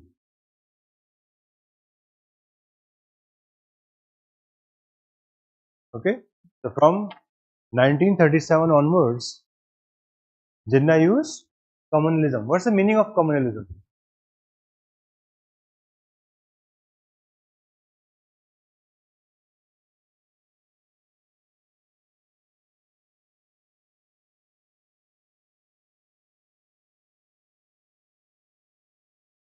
That is communism, not communism.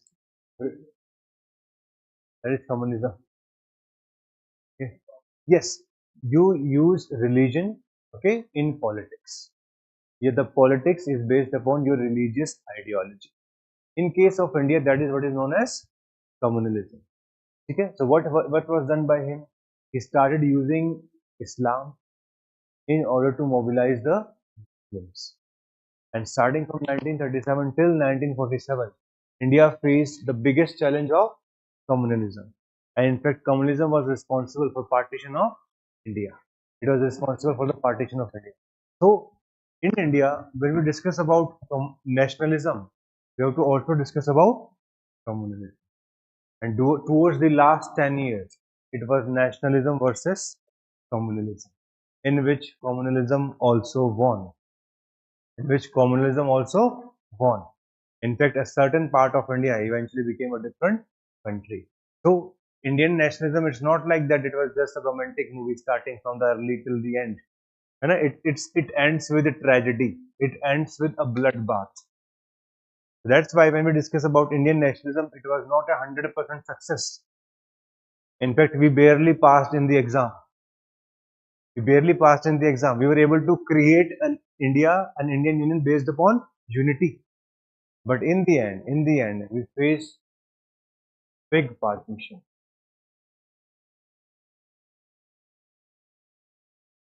In the end, we faced a big partition. I hope this is clear to all of you. This discussion is just for the sake of giving you this clarity. What is nationalism? Okay, and what were the different forms of Indian nationalism, starting from cultural nationalism to economic nationalism to political nationalism, and in the end, we see the fight of nationalism versus communalism. And Jinnah used to say this. In fact, he wrote that I, along with my typewriter, have created Pakistan. I, along with my typewriter. So I have used propaganda. I'm not denying it. He says, I, along with my typewriter, have created Pakistan. Nobody else did anything else. It's me and my typewriter. We used to write, we used to divide the public, and this division eventually turned into the creation of Pakistan. This is what you need to remember. Okay, I hope all of you understood the meaning of nationalism. Okay, all of you understood the meaning of nationalism. It's the sense of collective belongingness in which a community feels that it is having a common heritage and a converged future. The, the reverse of this is this two nation theory. Two nation theory, where the interest of the Hindus and Muslims collide, and it will be better served if they can live under different states. That is what is known as two nation theory. Sometimes they ask you this question in the interview, do you believe in two nation theory? तो वहां पे सोचना मत sir एक second. You cannot take time when such kind of questions are asked, because that directly affects Indian form of nationalism. You are going to become a part of civil services. We don't want people in civil services who may have some kind of, you know, a little bit of dissonance with Indian form of nationalism. So they often ask you this kind of question. This question was asked like to every history student. Some of the questions will be asked. Like they will ask you this question: what do you understand by nationalism? What is two nation theory? What is your opinion on two nation theory? If somebody asks you what is your opinion on two nation theory, you would say, "Sir, no, it is not correct." So tell us how it is not correct. You have to give some example. Yes, that's one way of putting it. So you can effectively say that if we see Pakistan was formed on the basis of idea of common interest among all the Muslims. That's how it was formed, but it itself has got divided in 1971. So what does that tell us?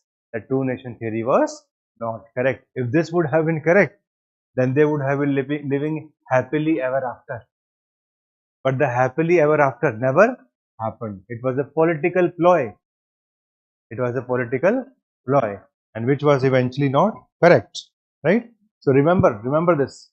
Now let us quickly see India's national movement.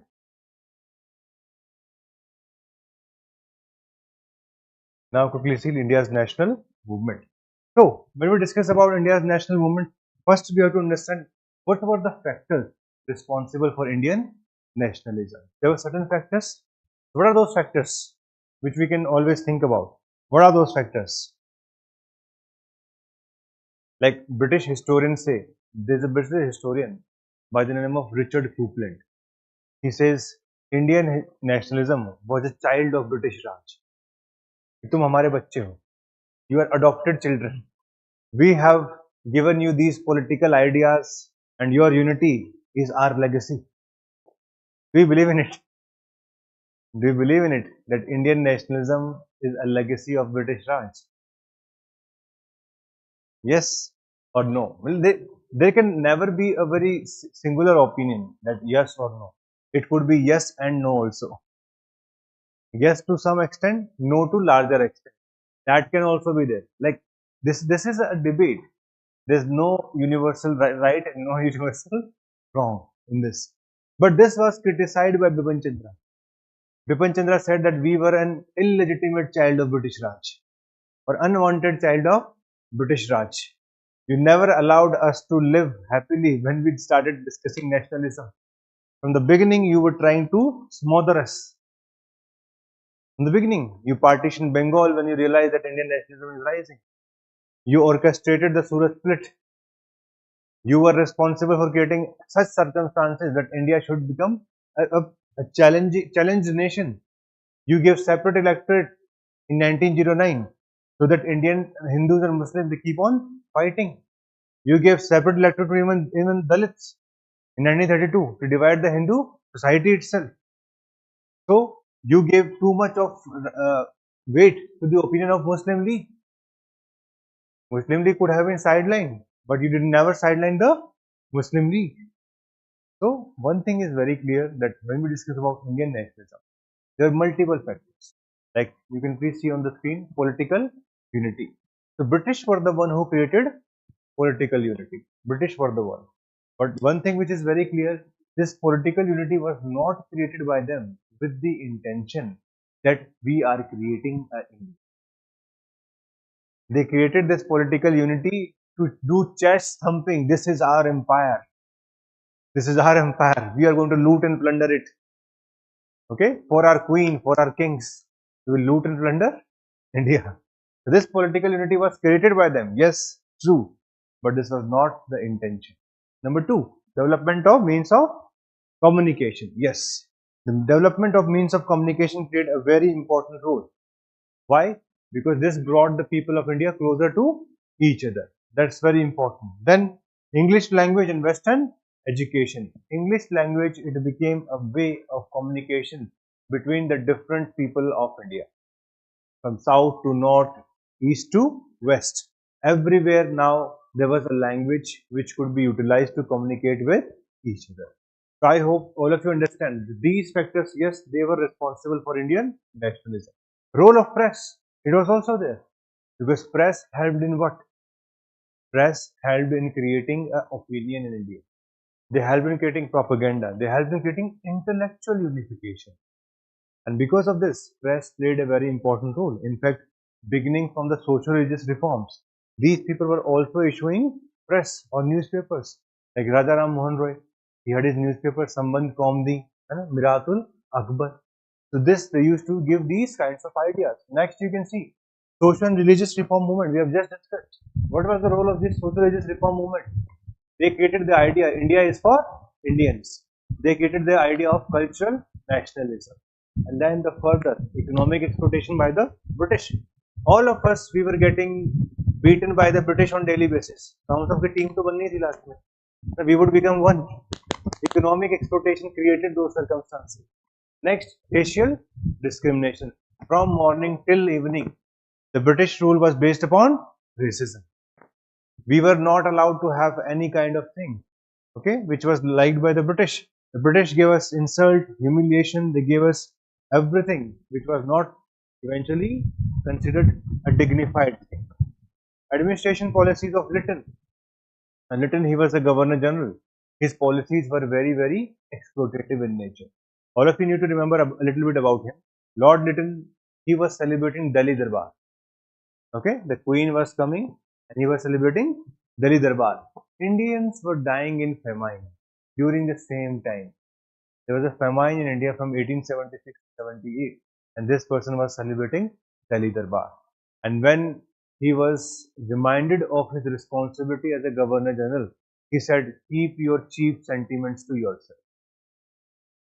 When he was reminded that you are a Governor General, you should take care of masses, he said, "If you have money, send it to me. I will see what I can do. Keep your cheap sentiments to yourself. Don't give it to me." He was the person responsible for passing the Vernacular Press Act. When local press started criticizing him, he thought, now what can I do? I can stifle the dissent now. So what's the process of stifling the dissent? There was only one way, that he came out with Vernacular Press Act. This is also known as the Gagging Act of 1878. He was also responsible for coming out with the Arms Act. So he took away the right of Indians to have arms. Okay? Even if we see from today's point of view, it is good. But in that point of view, at that point of time, it was not the correct policy. So all the policies of Lord Lytton. He also impacted civil services. He reduced the minimum age from 21 to 19 years. All of you are above 19. All of you are above 19. So by this time, Lytton has ensured, no, you are too old.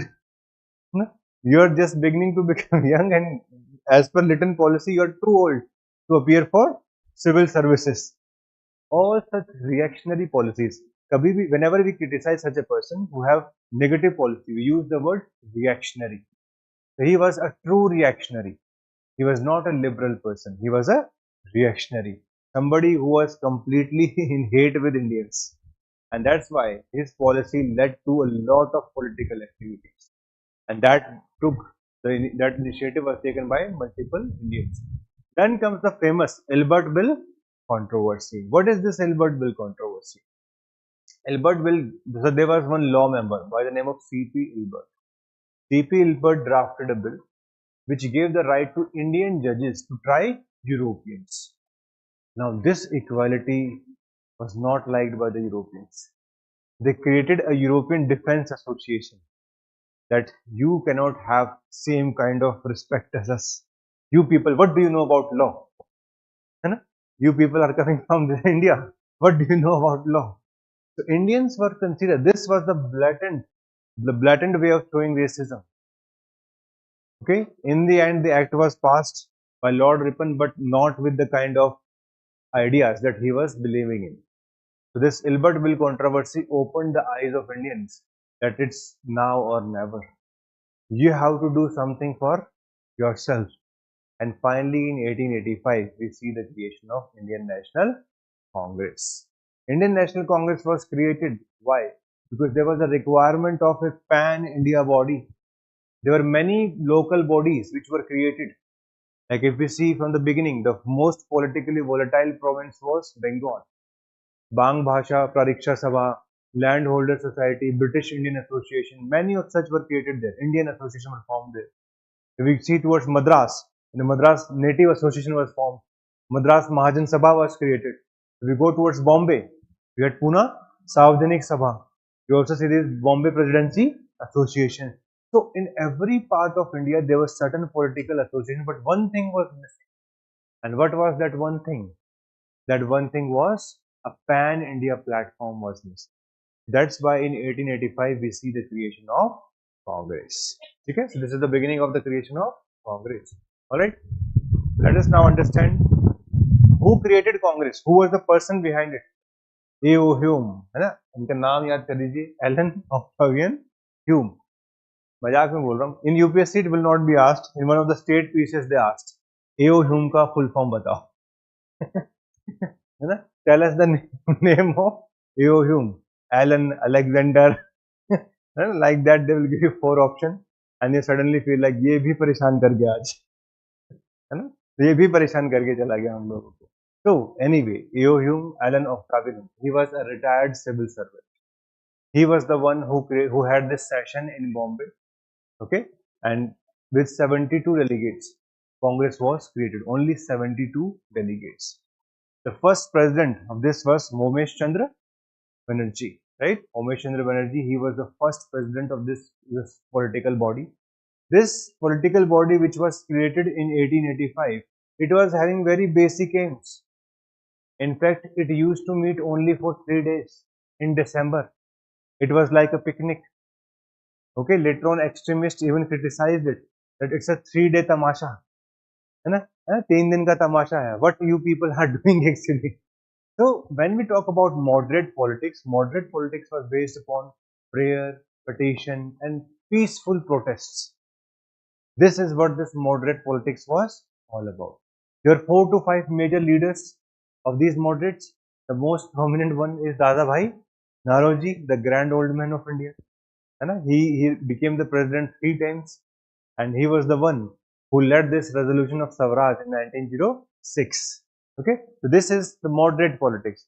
The biggest challenge with this moderate politics was that they were not able to create enough pressure. They were not able to create enough pressure on the British. Anyway, we had people like Bobbesh Chandra Banerjee, we had Surendranath Banerjee. Surendranath Banerjee was a very important person, and in fact, he had his own association by the name of Indian Association, and he also convened Indian National Conference in 1883. The second session was in 1885. That's why Surendranath Banerjee could not participate in the first session of Indian National Congress. And when he came in the next session, 1886, he merged his association with the Congress in 1886. So Surendranath Banerjee was a very important leader. In fact, he was more forward than others. We had G. Subramania Iyer, who preached nationalism through Madras Mahajan Sabha. Dadabhai Naroji, all of us know about him. And we also had Gopal Krishna Gokhale. Gopal Krishna Gokhale was a very famous personality with respect to criticism of government's budget. Whenever government used to come out with budget with giving the allocation for different heads, what kind of expenditure will be done, he used to criticize them on everything. So he was a very detailed person, and he was famous for his budget critique. Okay, Gopal Krishna Gokhale. This was the agenda that reform the legislative council, increase the number of people of India in the administration, reduce the drain of wealth, reduce the expenditure on army, reduce the expenditure on civil services. All those kinds of demands were put forward by them. Separation of judiciary from executive. I hope all of you know this is a DPSP also. We will do today.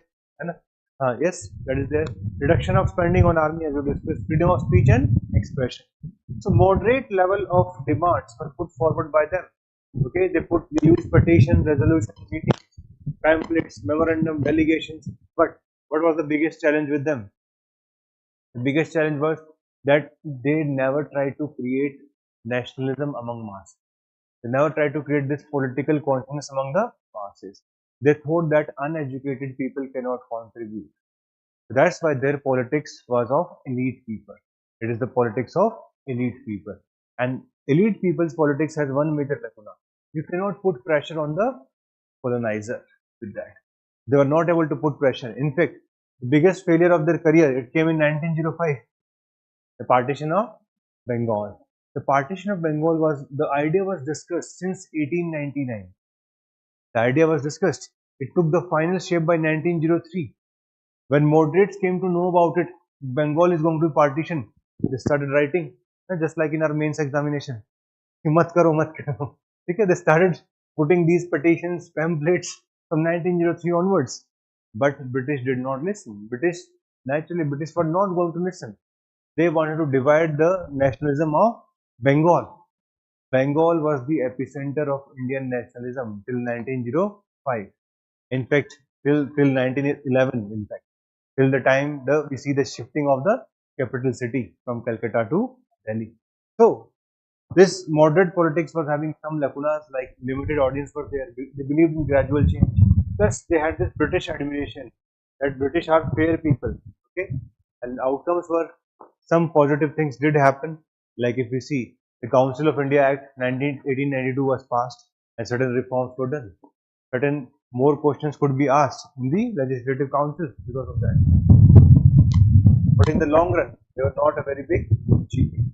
the most important achievement that we consider for them, it is the achievement of theory of drain of wealth. This theory of drain of wealth is the biggest achievement. Why? They were able to link poverty and hunger along with unemployment to British rule. And this was very, very important. This is the reason why we see the demand of Swaraj. The demand of self-government became important because all people can now realize that British are responsible for our exploitation. So if suppose anybody asks you this question, what is the most important contribution of moderates? Always say the word the economic critique or the theory of drain of wealth. That's the biggest contribution. It is because of this eventually we see the demand of Swaraj.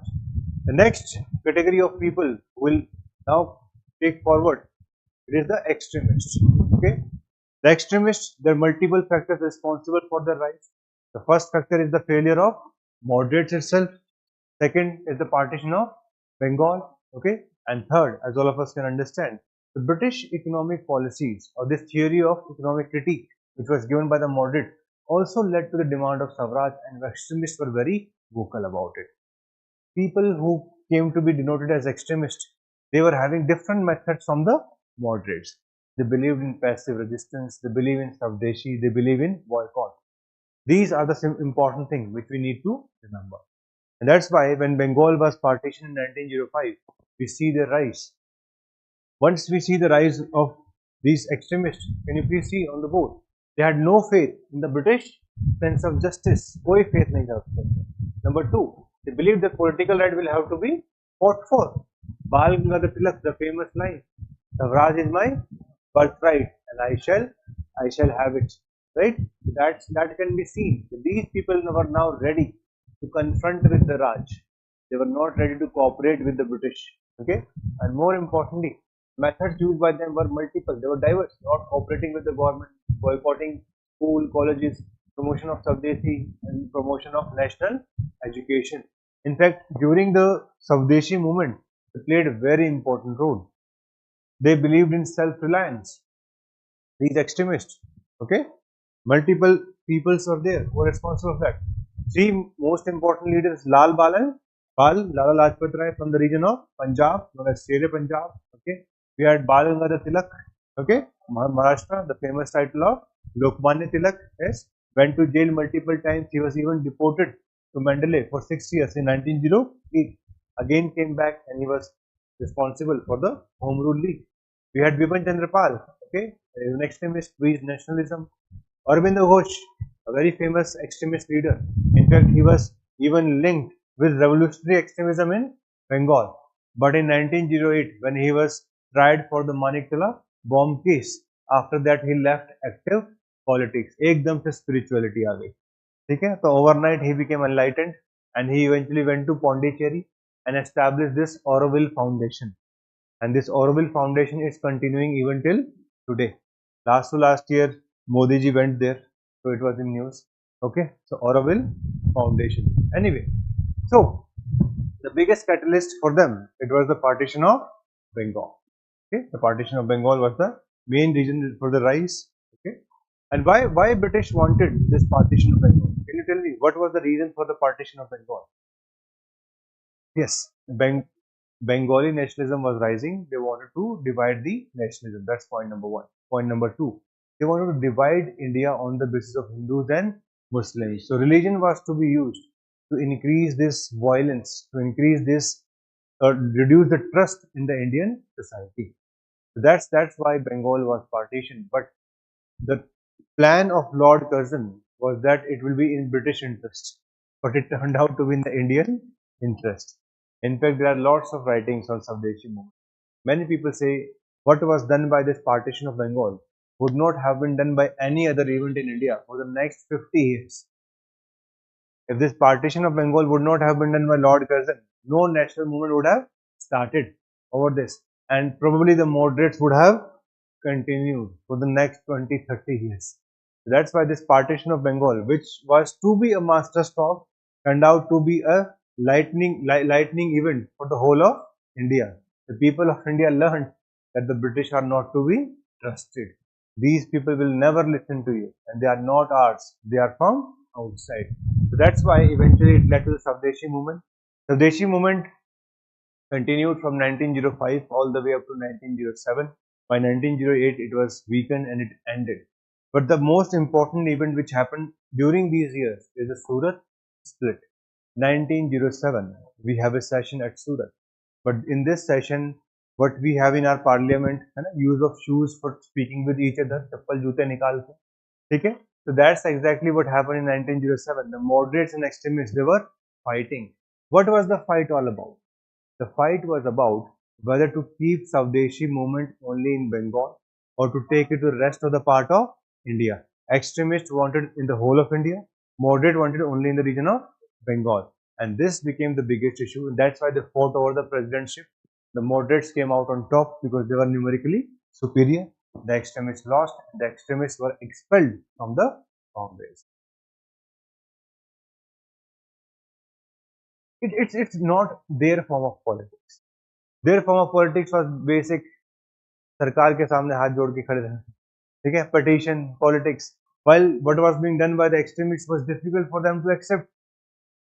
That's why they were of the opinion it's a Bengali issue, it should stay in Bengal. And more importantly, these people were not a believer in the mass movement, and the extremists, they were taking the people on road. Let us come, let us enjoy the movement for the next 1 month or 2 months or for even the years. Those kinds of ideas, they were not there in the moderates, and they thought by doing this probably it's going to affect India's chances. Okay. Yes.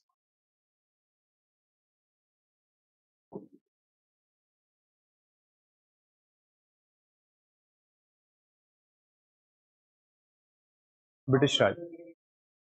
Safety wall. So if you know about this, that in 1885 when it was created, who was the architect of whole in Congress? A.O. Hume.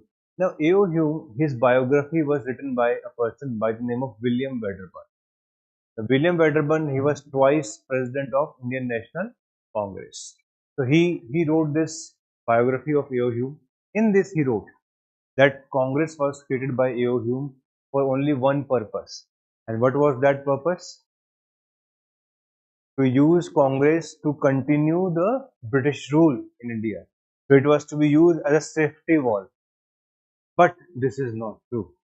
Why? Because there are few things which are mentioned there which does not make much. Like if we see, Betterman writes, A.O. Hume saw some secret reports of the Home Department in 1878. Okay, and then he got alarmed by a revolt like 1857 may happen again. What will happen to British rule this time? Second, he said A.O. Hume was having a network of Baba and Chelas. Baba Chelas हम तो कभी है नहीं India के अंदर, तो Babas and Chelas are always there. So he said there were Baba and Chelas who used to go into deep meditation, and they used to bring the truth from every corner of India to their meditative states. So when we analyze this, there are 4 or 5 questions. Number one, was Congress created against the trend of India? That's very important. Was it the first political association in India? No. The first political association started in 1830s. Bang Bhasha Prariksha Sabha. It starts from there. Landholder Society, British Indian Association, Madras Native Association. So it's the culmination of last 40-45 years. Surendranath Banerjee already created Indian National Conference, which was going to function just like Congress. It was trying to create a platform for the people of India at the political level. So that first answer is no. Then let us see the various ideas put forward by Wedderburn. He says he got the files in 1878. If he got the files in 1878, why did he wait for 7 years? Why did he wait for 7 years? 7 साल ऐसा क्या था कि मतलब पूरा वो क्या करने गए थे 7 साल? तीर्थ यात्रा पे गए, है ना? What was done by A.O. Hume for 7 years? What was done by him? He should have started Congress a little bit earlier if he was having the secret reports. Next, equally important is that we have never found these secret reports. We have never found these secret reports. He used to work in revenue department in Shimla. Home department used to be in Delhi. So how did he get the reports of the Home Department? He was a civil servant of Revenue Department. That is also not clear. And Baba and Chela, this is a myth. कि how Baba and Chela used to tell AO Hume, है ना, कि आज revolt होने वाला है ना, थोड़ा सा प्रसाद बांटना पड़ेगा. So who were these Babas and Chelas who were giving this kind of information? That's why if we do this 360-degree analysis, and plus the most important litmus test, was Congress created against the political trend of India? No. There was a significant political trend in India which was in favor of creation of an all India organization, and it was a symbol of that only. If it was not Congress, it would have been somebody else. Like Surendranath Banerjee, he had already created Indian National Conference. He had already had one meeting in 1883. The second meeting was in 1885. That's why he could not come to this session also. So that's why the idea of it being a safety wall is not correct. Okay. So after this, as all of us can understand, we see the next chapter. Okay. After 1905, the next important year is 1906, the creation of a league known as Muslim League. Now this became the association which is going to become representative of the Pakistan in the future. In 1906, when it was created, it had the support of Nawab Salimullah of Dhaka. Along with him, there was a person by the name of Aga Khan. So both of them, they were in favor of creation of Muslim League.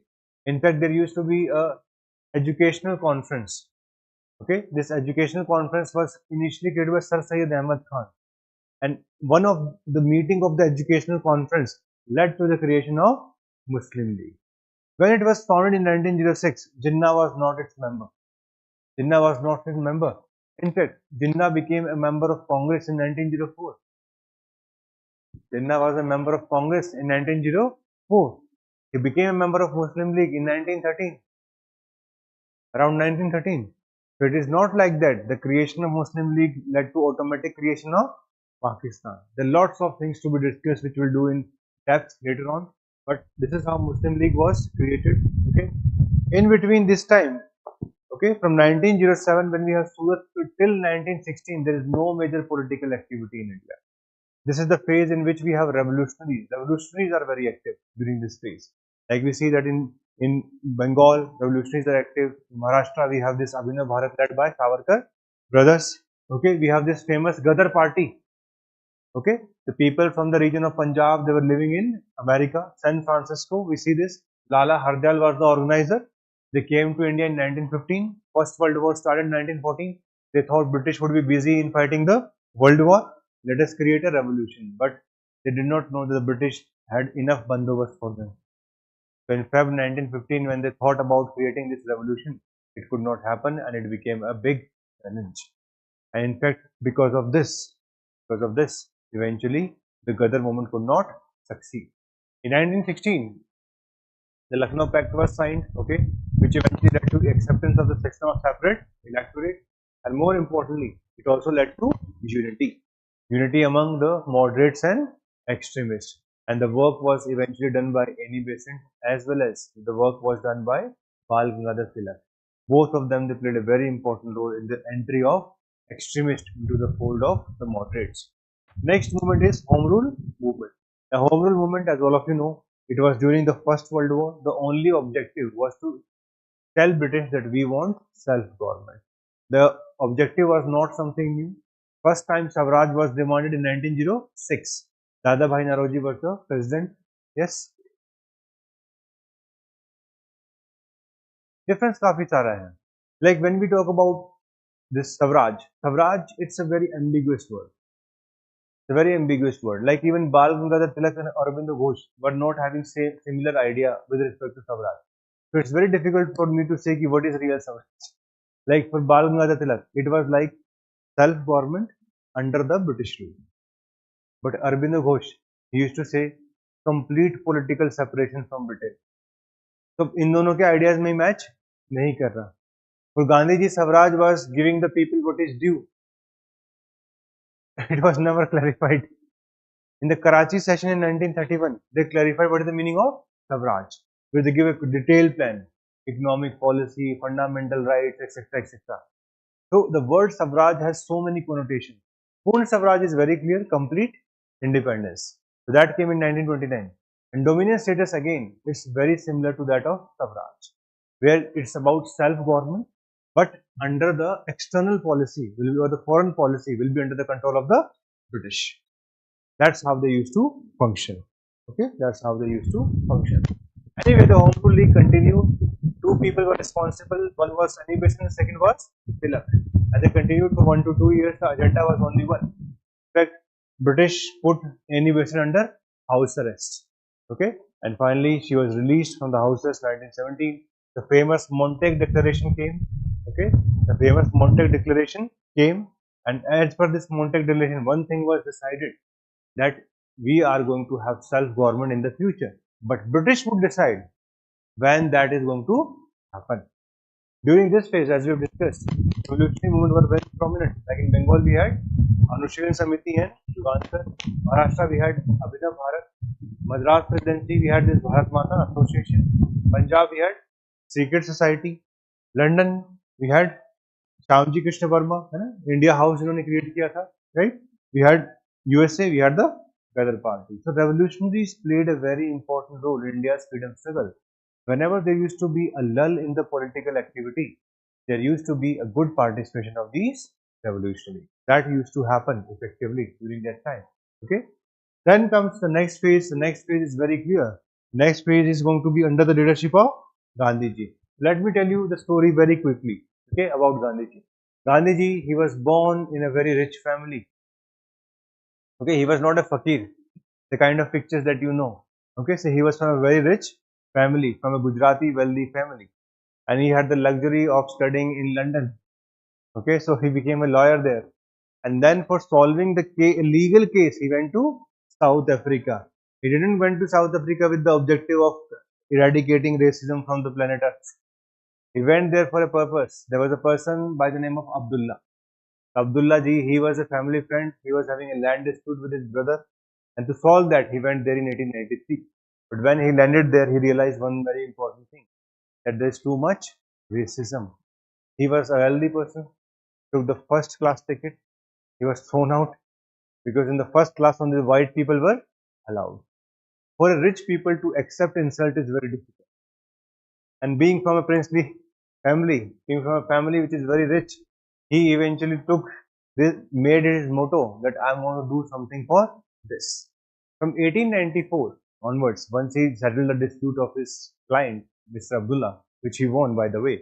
So from 1894 till 1906, it is known as the moderate phase of Gandhi. Moderate phase means where he was a believer in the ideas of the British. He used to send petitions on the behalf of Indians, but then he realized these British people are never going to work as per your petitions or as per your request. From 1906, he started developing his idea of Satyagraha. He was influenced by three influential people, three very important people. First one among them is Leo Tolstoy. Leo Tolstoy, he is a writer from Russia, and he has written this famous book, The Kingdom of God is Within You. And from there, he got the idea of non-violence. This plus the culture of India in general, Jainism. Second, a very important person was John Ruskin, who has written this Unto This Last, in which effectively he got the idea of Satyagraha. And finally, we had Henry David Thoreau. Henry David Thoreau wrote a book by the name of Civil Disobedience, and from there he got the idea of civil disobedience. So he lived in South Africa, and he was using these kinds of methods to fight against the British, to fight against racism from 1906 to 1915. By the time he came in India, he was already ready. He had already had an experience of 20 years of British Empire. So he knew what will work and what will not work. After coming to India in 1915, he started touring India. Okay. In fact, you need to remember, Gopal Krishna Gokhale was his political guru. He gave him the idea that you should see India first before starting any kind of political activity. In 1916 came his first public appearance at BHU, where he said that Indian people should be allowed to have an idea about what is their right, what is going to happen in their lives. And if only the elite politics is going to continue, this is not real Indian nationalism. 1917, he participated in Champaran. where he fought for the rights of the peasants of the region of Bihar. Then in 1918, he fought for the people of Gujarat for the Kheda Satyagraha, and finally comes in the Ahmedabad mills, and the mistake comes in between. Then we have the Kheda Satyagraha. So in the Gujarat region, in the Bihar region, one thing is very clear: he was participating at the local level. Like in Champaran, he was fighting for the people who were suffering from what? Who were suffering from? They were suffering from the commercialization of agriculture. The Teen Kathiya system was there. 15% of the land was reserved for the cultivation of indigo. Rajkumar Shukla was the person who came, requested Gandhiji. Gandhiji went. The district authority said, leave at once, otherwise we'll put you in jail. And he said, you can put me in jail, but I will not go back. So this is the individual defiance. So starting of civil disobedience defiance under Gandhiji. Then he became the part of the committee, which was now going to look into the Champaran issue. Finally, a refund of 25% was given. And that effectively gave the whole idea, okay, Gandhiji believes in creating deals. Gandhiji believes in creating peace and compromises. He is not a revolutionary. He is going to be a leader who is going to believe in moving forward, progress. Then he participated in the Ahmedabad mill strike, where the plague bonus was being taken away by the mill owners, but the workers were saying that inflation has increased so much, and finally a compromise was brought in, around 35% raise was given, and last was the Kheda Satyagraha. Kheda Satyagraha was already the crop failure has happened, and whenever there used to be a crop failure, there was a system of remission where the revenue was not collected by the government, but the government, as all of us can understand, it was ruthless. It was not in favor of Indian masses. And since they, huh? Yes, Raitwari, because it was previously part of the Bombay provinces. Only in 1960 it was separated from Maharashtra. Okay, so that was the challenge in the region of Kheda. And finally, after all these experiences, Gandhiji became a accepted leader at the grassroots level. World War ended in 1918. The British, as we were expecting from the British, we had cooperated in the First World War. We thought that these people are now going to give us what? They're going to give us self-government, not independence that early. They will give us self-government as per the Montague Declaration of 1917. But things become very ugly. The biggest challenge was they came out with Rowlatt Satyagraha. Okay, the Rowlatt Satyagraha came, and this Rowlatt Satyagraha was going to be very challenging. Why? Rowlatt Act had provisions which were draconian in nature. What's the meaning of draconian? You can arrest anyone without any warrant. Okay, you can use anything as an evidence. Even a newspaper, if it has written something against the government, can be a kind of a evidence against you. You will not be given any legal aid. A specific system of settlement was created. This was a draconian act known as Rowlatt Act. It was drafted by a person by the name of Sidney Rowlatt, and the committee which drafted this bill is known as Sedition Committee. So when this bill came, Indians were incensed. पागल हो गए, क्या कर रहे हो तुम लोग?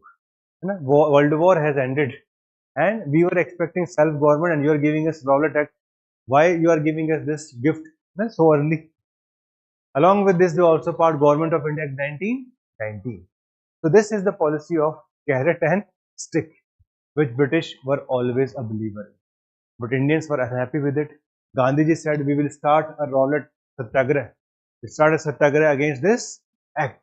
He started this in April, but things did not turn out as he was looking for. In Punjab, there was a very high level of violence. Martial law was brought in, and on 13th of April 1919, people came out for celebration of Baisakhi, but they did not know that the martial law was in place, and even a freak was there in the streets. He was waiting. Okay, and that person was General Dyer.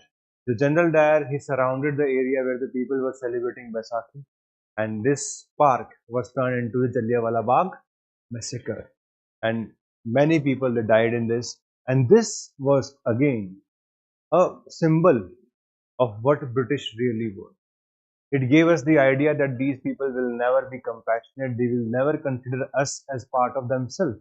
They do not even consider us equal to them. So they will never be a part of us. So this Jallianwala Bagh massacre, this created a complete breach between India and British. And from here, there will be no sympathy towards the British.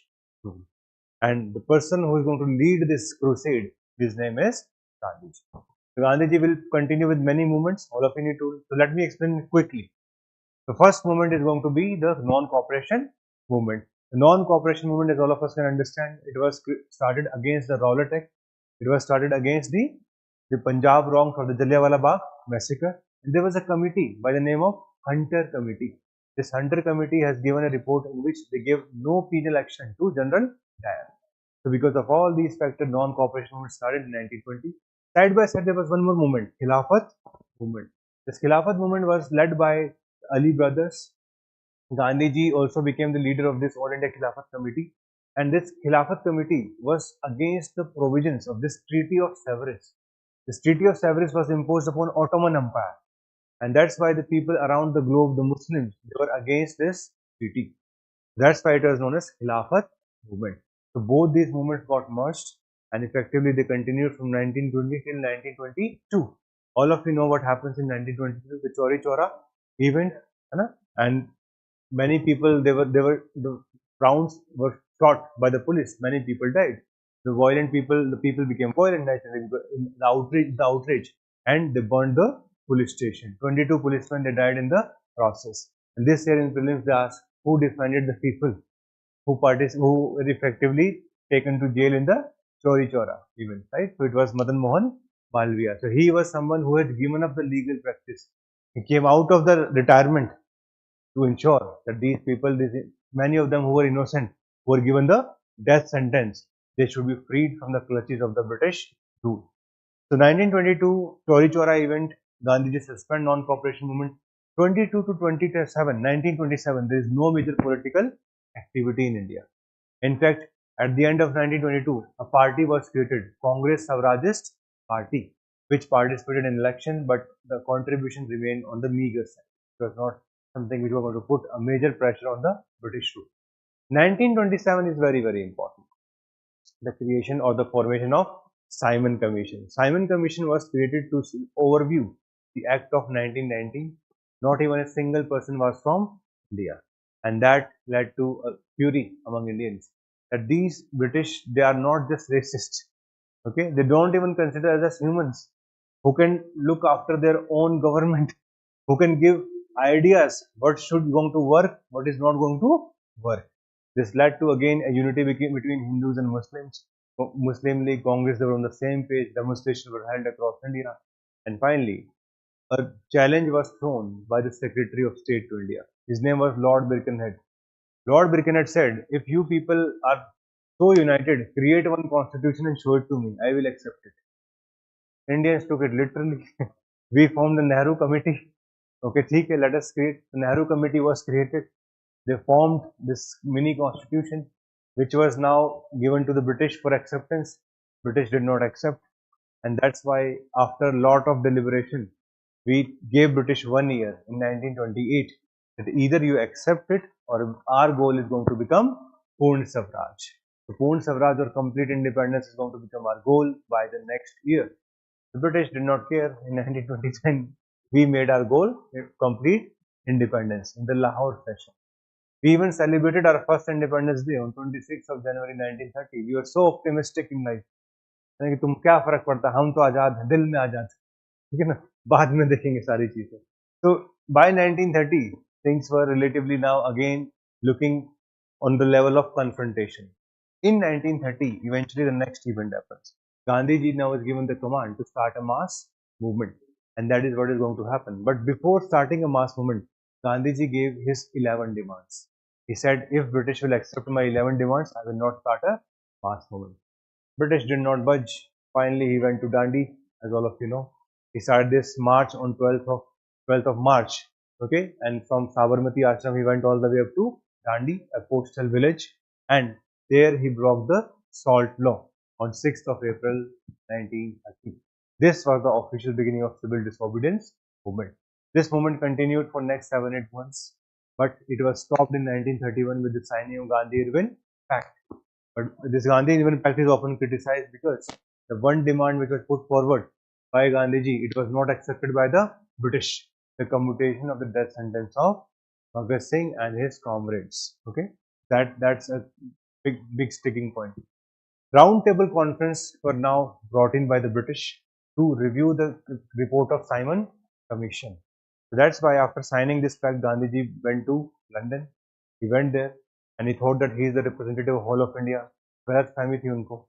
Okay, other political parties did not accept Gandhiji as their leader, and finally the issue erupted over the giving of separate electorate to depressed classes.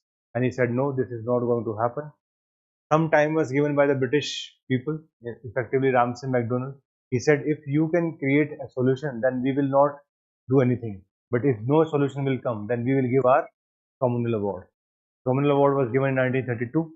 By the time he had already started the second phase of civil disobedience movement, he was in the Pune jail, okay, and eventually there he went for fast unto death.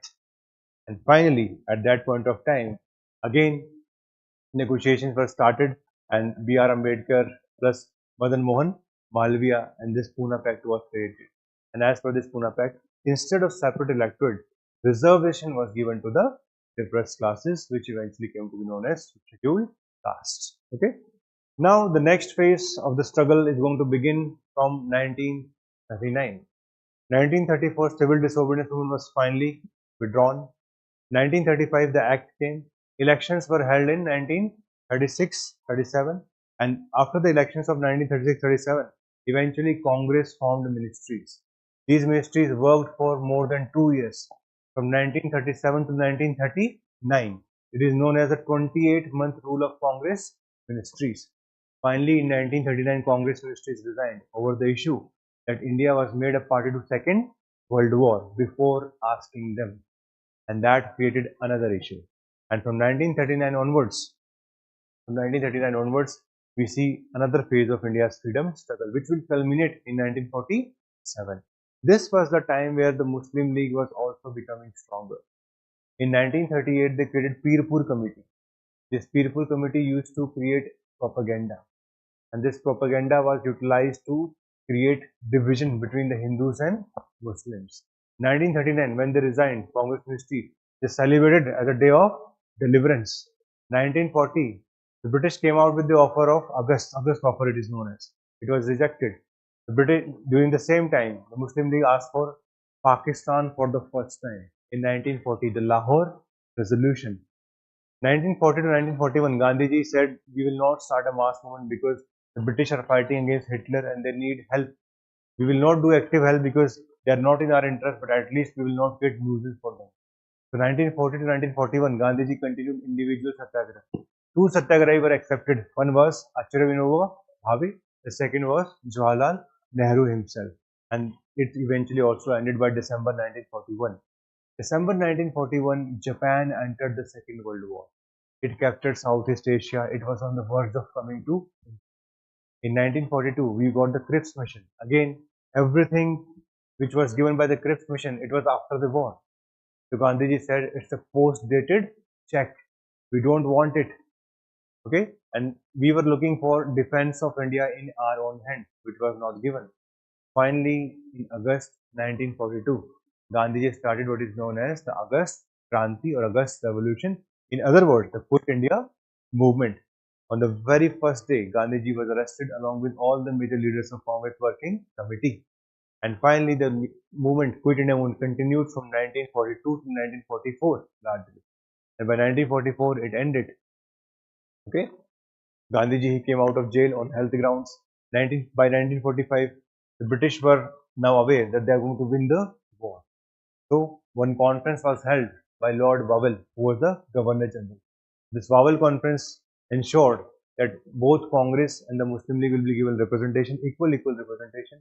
They should form the provisional government, and majority of the portfolio, except the commander-in-chief, will now be given to Indians. But Jinnah came out with his own demand. The demand was all the Muslim representative will be from Muslim League. So he wanted Congress to accept it is a Hindu organization. Now that was not going to happen. So finally, this whole Wavell conference, Shimla conference, it failed. 1946, the British came out with cabinet mission plan. The Cabinet Mission Plan gave its recommendations. It divided the whole of India into three parts. The Group A, all the Hindu provinces. Group B, the provinces of northwest India and Muslim majority. Group C, the provinces of the eastern part of India, Assam and Bengal. Again, Muslim majority province.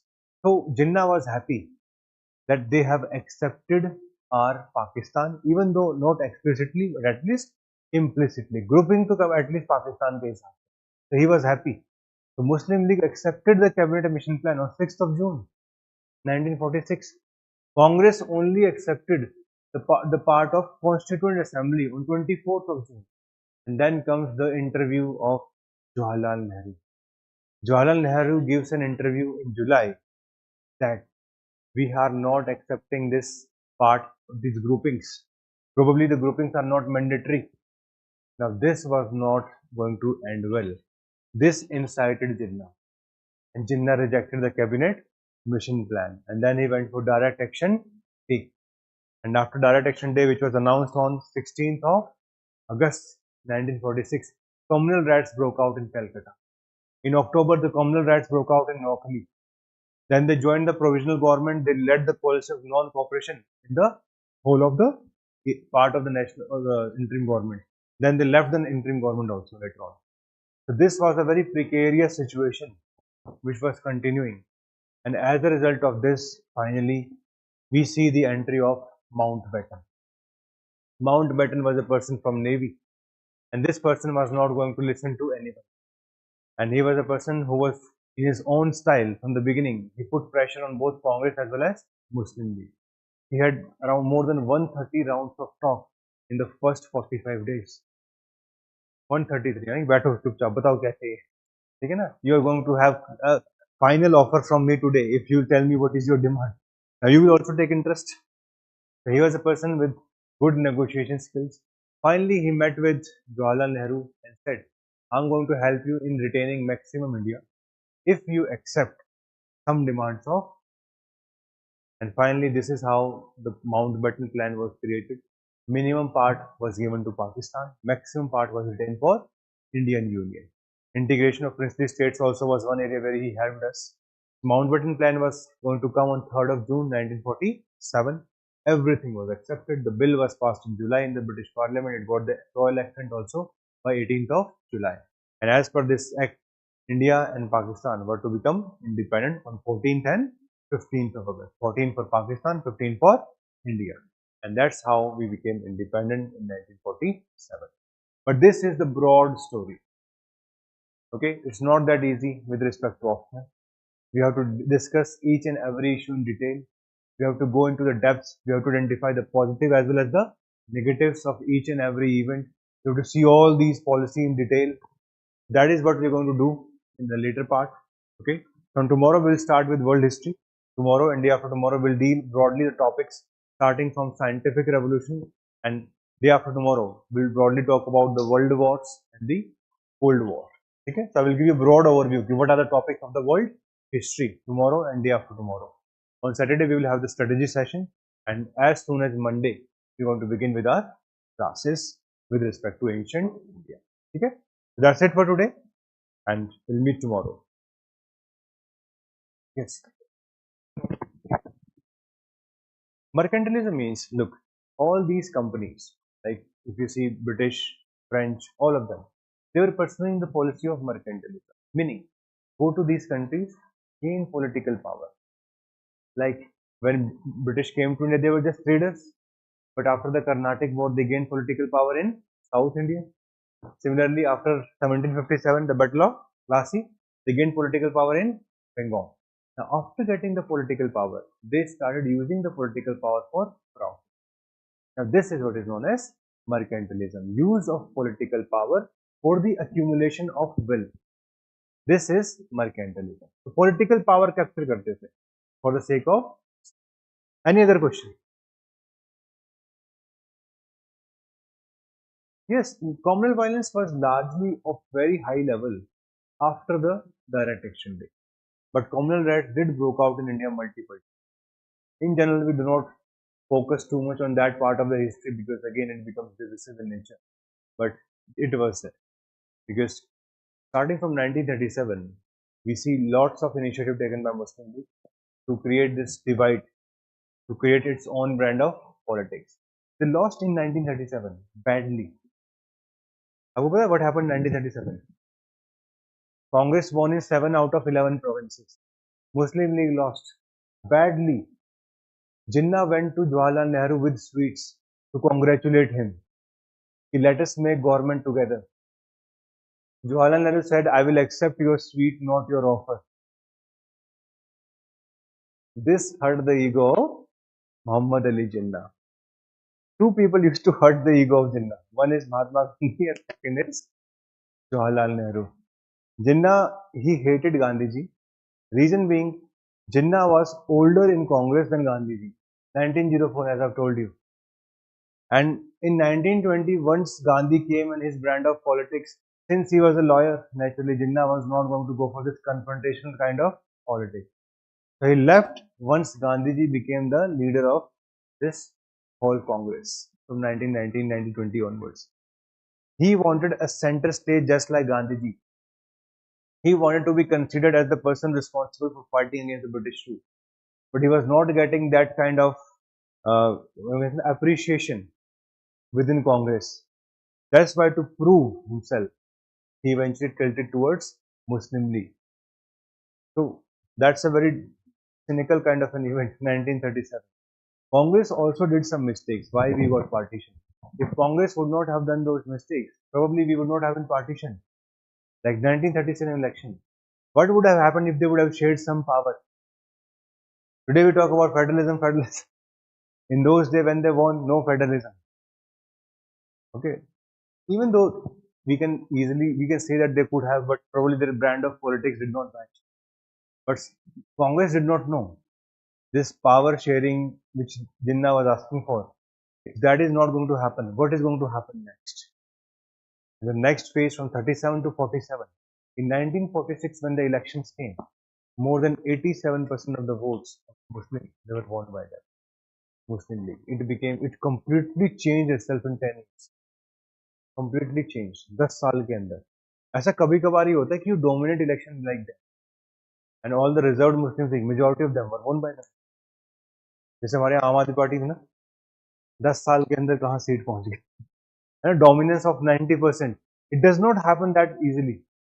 वो अलग बात है, आप तो but it does not happen that easily. So Muslim League also did like that. 10 साल के अंदर they changed themselves from being a very minor Muslim political party. In fact, more different other Muslim party were more dominant than Muslim League in 1937. The other Muslim party getting more vote than Muslim League. This is a now Muslim League.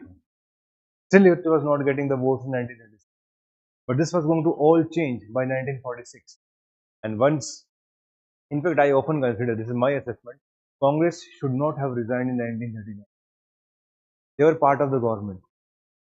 Once they lost the power of the government, it eventually increased the power of Muslim League.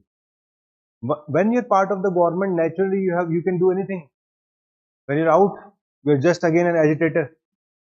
वो होता ना कि अपनी काया पलट नहीं कर पाए, दिल में तो वही agitator ही था. They could have done something else for protesting against what British were doing. What was the requirement of resignation? That again increased the power of Jinnah. Once they resigned in 1939, see the attitude of Muslim League. 1940, we want Pakistan. 1943, divide and quit. 1946, direct action. Why all this happened? Because Congress was not part of the government. Had it been the part of the government, probably, partition would not have happened. But again, these are ifs and buts. And इनको इनसे कुछ होना है नहीं. They're just some explanation, some thinking, which is required for the subject. Okay, so we'll meet tomorrow and we'll continue from there. Hmm.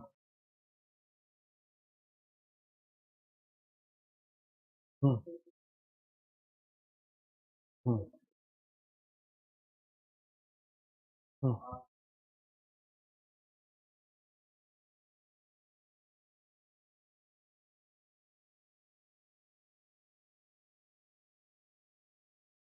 Hmm. Hmm.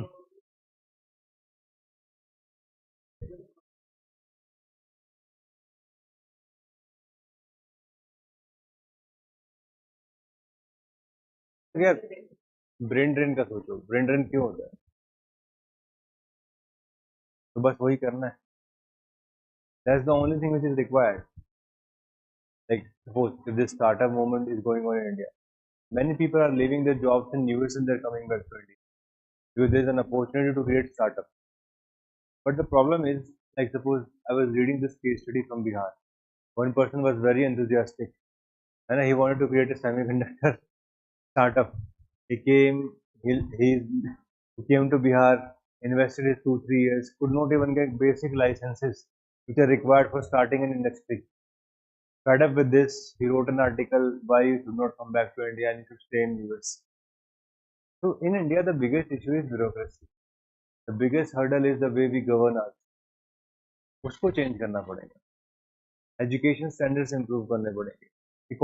Our economy is still fine, but the problem is we are not having regulations. Giving an example of Bitcoin. Bitcoin till today, Indian government is not knowing what to do, what not to do. This creates uncertainty. Like one of my friends, college friend, he has a Bitcoin startup. So they went to Financial Intelligence Unit, FIU. You know about FIU? Money laundering वगैरह जो होती है उसको check करने के लिए units बने, financial intelligence. तो दे वेंट टू FIU कि उसके अंदर भी IRS ही होते हैं मोस्टली, कि भाई हमें लाइसेंस दे दो, we want to continue and we are compliant with the money laundering laws. दिया ही नहीं कि हमें ही नहीं पता बिटकॉइन का, हम तो मैं कैसे बस। तो फाइनली देयर VCs जो उनके venture capitalist, they are now saying India से हेडक्वार्टर शिफ्ट करके बाहर है। समझ रहे हो? What is happening because of this?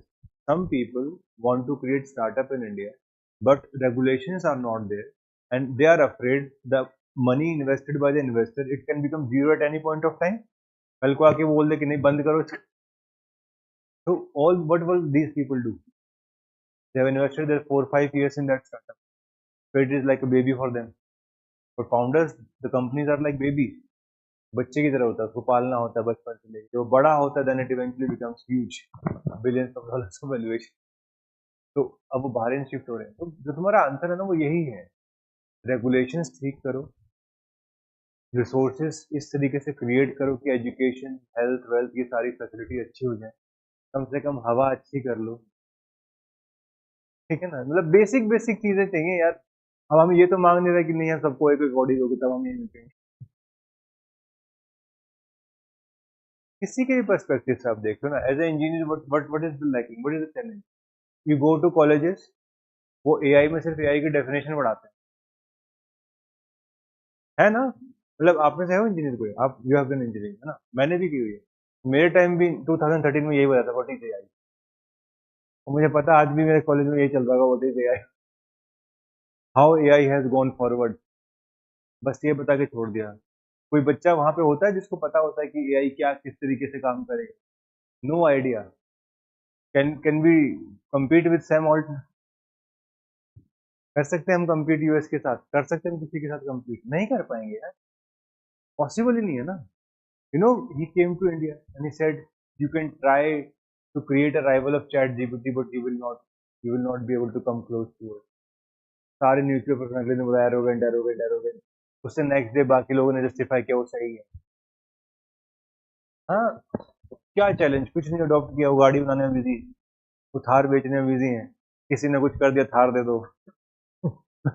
दिमाग लग कहाँ रहा है यार AI में? सारे अपने जितने भी बड़ी बड़ी टेक कंपनीज हैं, they are not tech companies, they are service driven company. ये BPOs हैं आज, they are literally BPOs. What they do, they do billing in the name of the people by hiring them, और फिर सब standard काम करके उनको भी सर्विसेज प्रोवाइड करते. That's, there is no real AI in India. There is no real problem solved by them. There is no real product sold by them. क्या product cell करती है हमारी कंपनी? कोई भी एक प्रोडक्ट पता है जो TCS देता है? प्रोडक्ट है ही नहीं ना. एप्पल का सबको पता है आईफोन आता है, माइक्रोसॉफ्ट का ऑपरेटिंग सिस्टम आता है, ठीक है, या फिर किसी का भी कुछ भी आता है. तो इंडिया में मतलब ये एक बहुत बड़ा चैलेंज है आज के, कि हम लोगों ने अपनी कभी डायरेक्शन ही ठीक नहीं। चाइना ने अपनी डायरेक्शन देखो कितनी ठीक कर रखी है। अब आप बोलते रहो it's communist country, no human rights, no fundamental rights, etcetera etcetera. You see the field and they are at least number one or number two. The German companies are now accepting that China is now ahead of them. The best cars in this world are made by Germans. ठीक है, German सबसे अच्छी car बनाते हैं पूरे world में, सबसे अच्छी इंजीनियरिंग उन लोगों के पास in the field of automobiles. But now China is ahead of Germany. EVs पे कभी ओपन करके देखना चाइनीज कंपनीज की ईवीज का फीचर क्या क्या होते हैं। पीछे 4 सीट होती है ना, रोटेट होती है, मीटिंग कर सकते हो। You can do meeting in A car, the forward seats moves and you can have meeting, the table comes from the bottom. Can you think of these features? हमारे यहाँ कप होल्डर लगा देते हैं, what innovation. So Chinese people have worked. And another thing, we have to respect our culture more. We accept the outside culture too easily. Chinese people don't do that.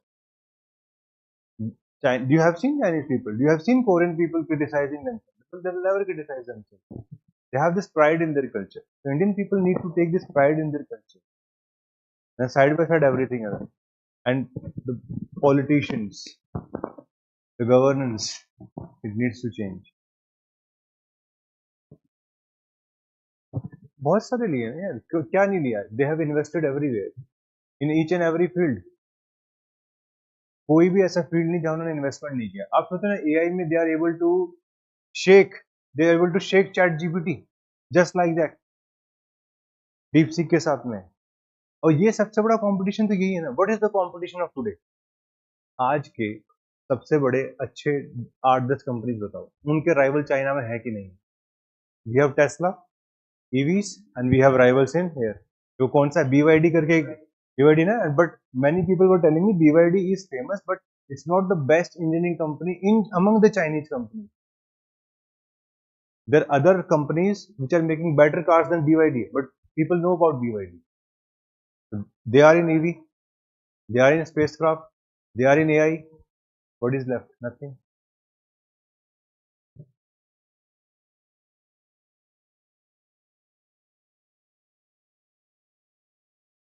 जो तुम्हारा question है ना, इसका answer करके 2 घंटे निकल सकते हैं। यही तुम्हारा जीएस का पूरा सब्जेक्ट है। What you're asking, starting from problems of society, the historical legacy, problem with our polity, problem in our governance, problem in social justice, problem in our international relations, economy, agriculture, science and tech, and last में ethics. So that's why in civil services you are taught everything, so that these things can be solved by the future bureaucrats.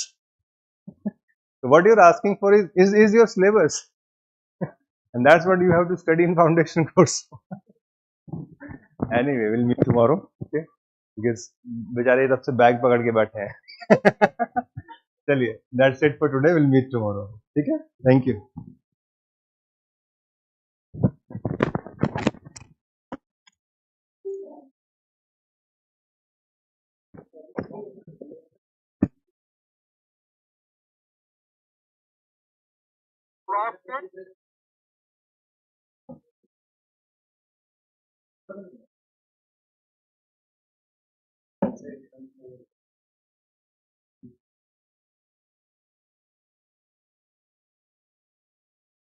कितना favour होता है?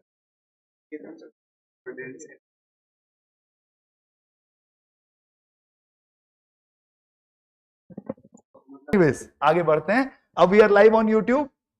हाँ, जलेबी खाएंगे, पहले खत्म तो हो जाए, खत्म तो होने दो एक बार।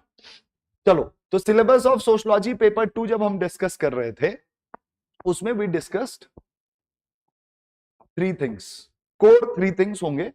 एक होंगे थिंकर्स, ट्रू और नॉट। इसके साथ आपको बताया था विल हैव मेथड्स।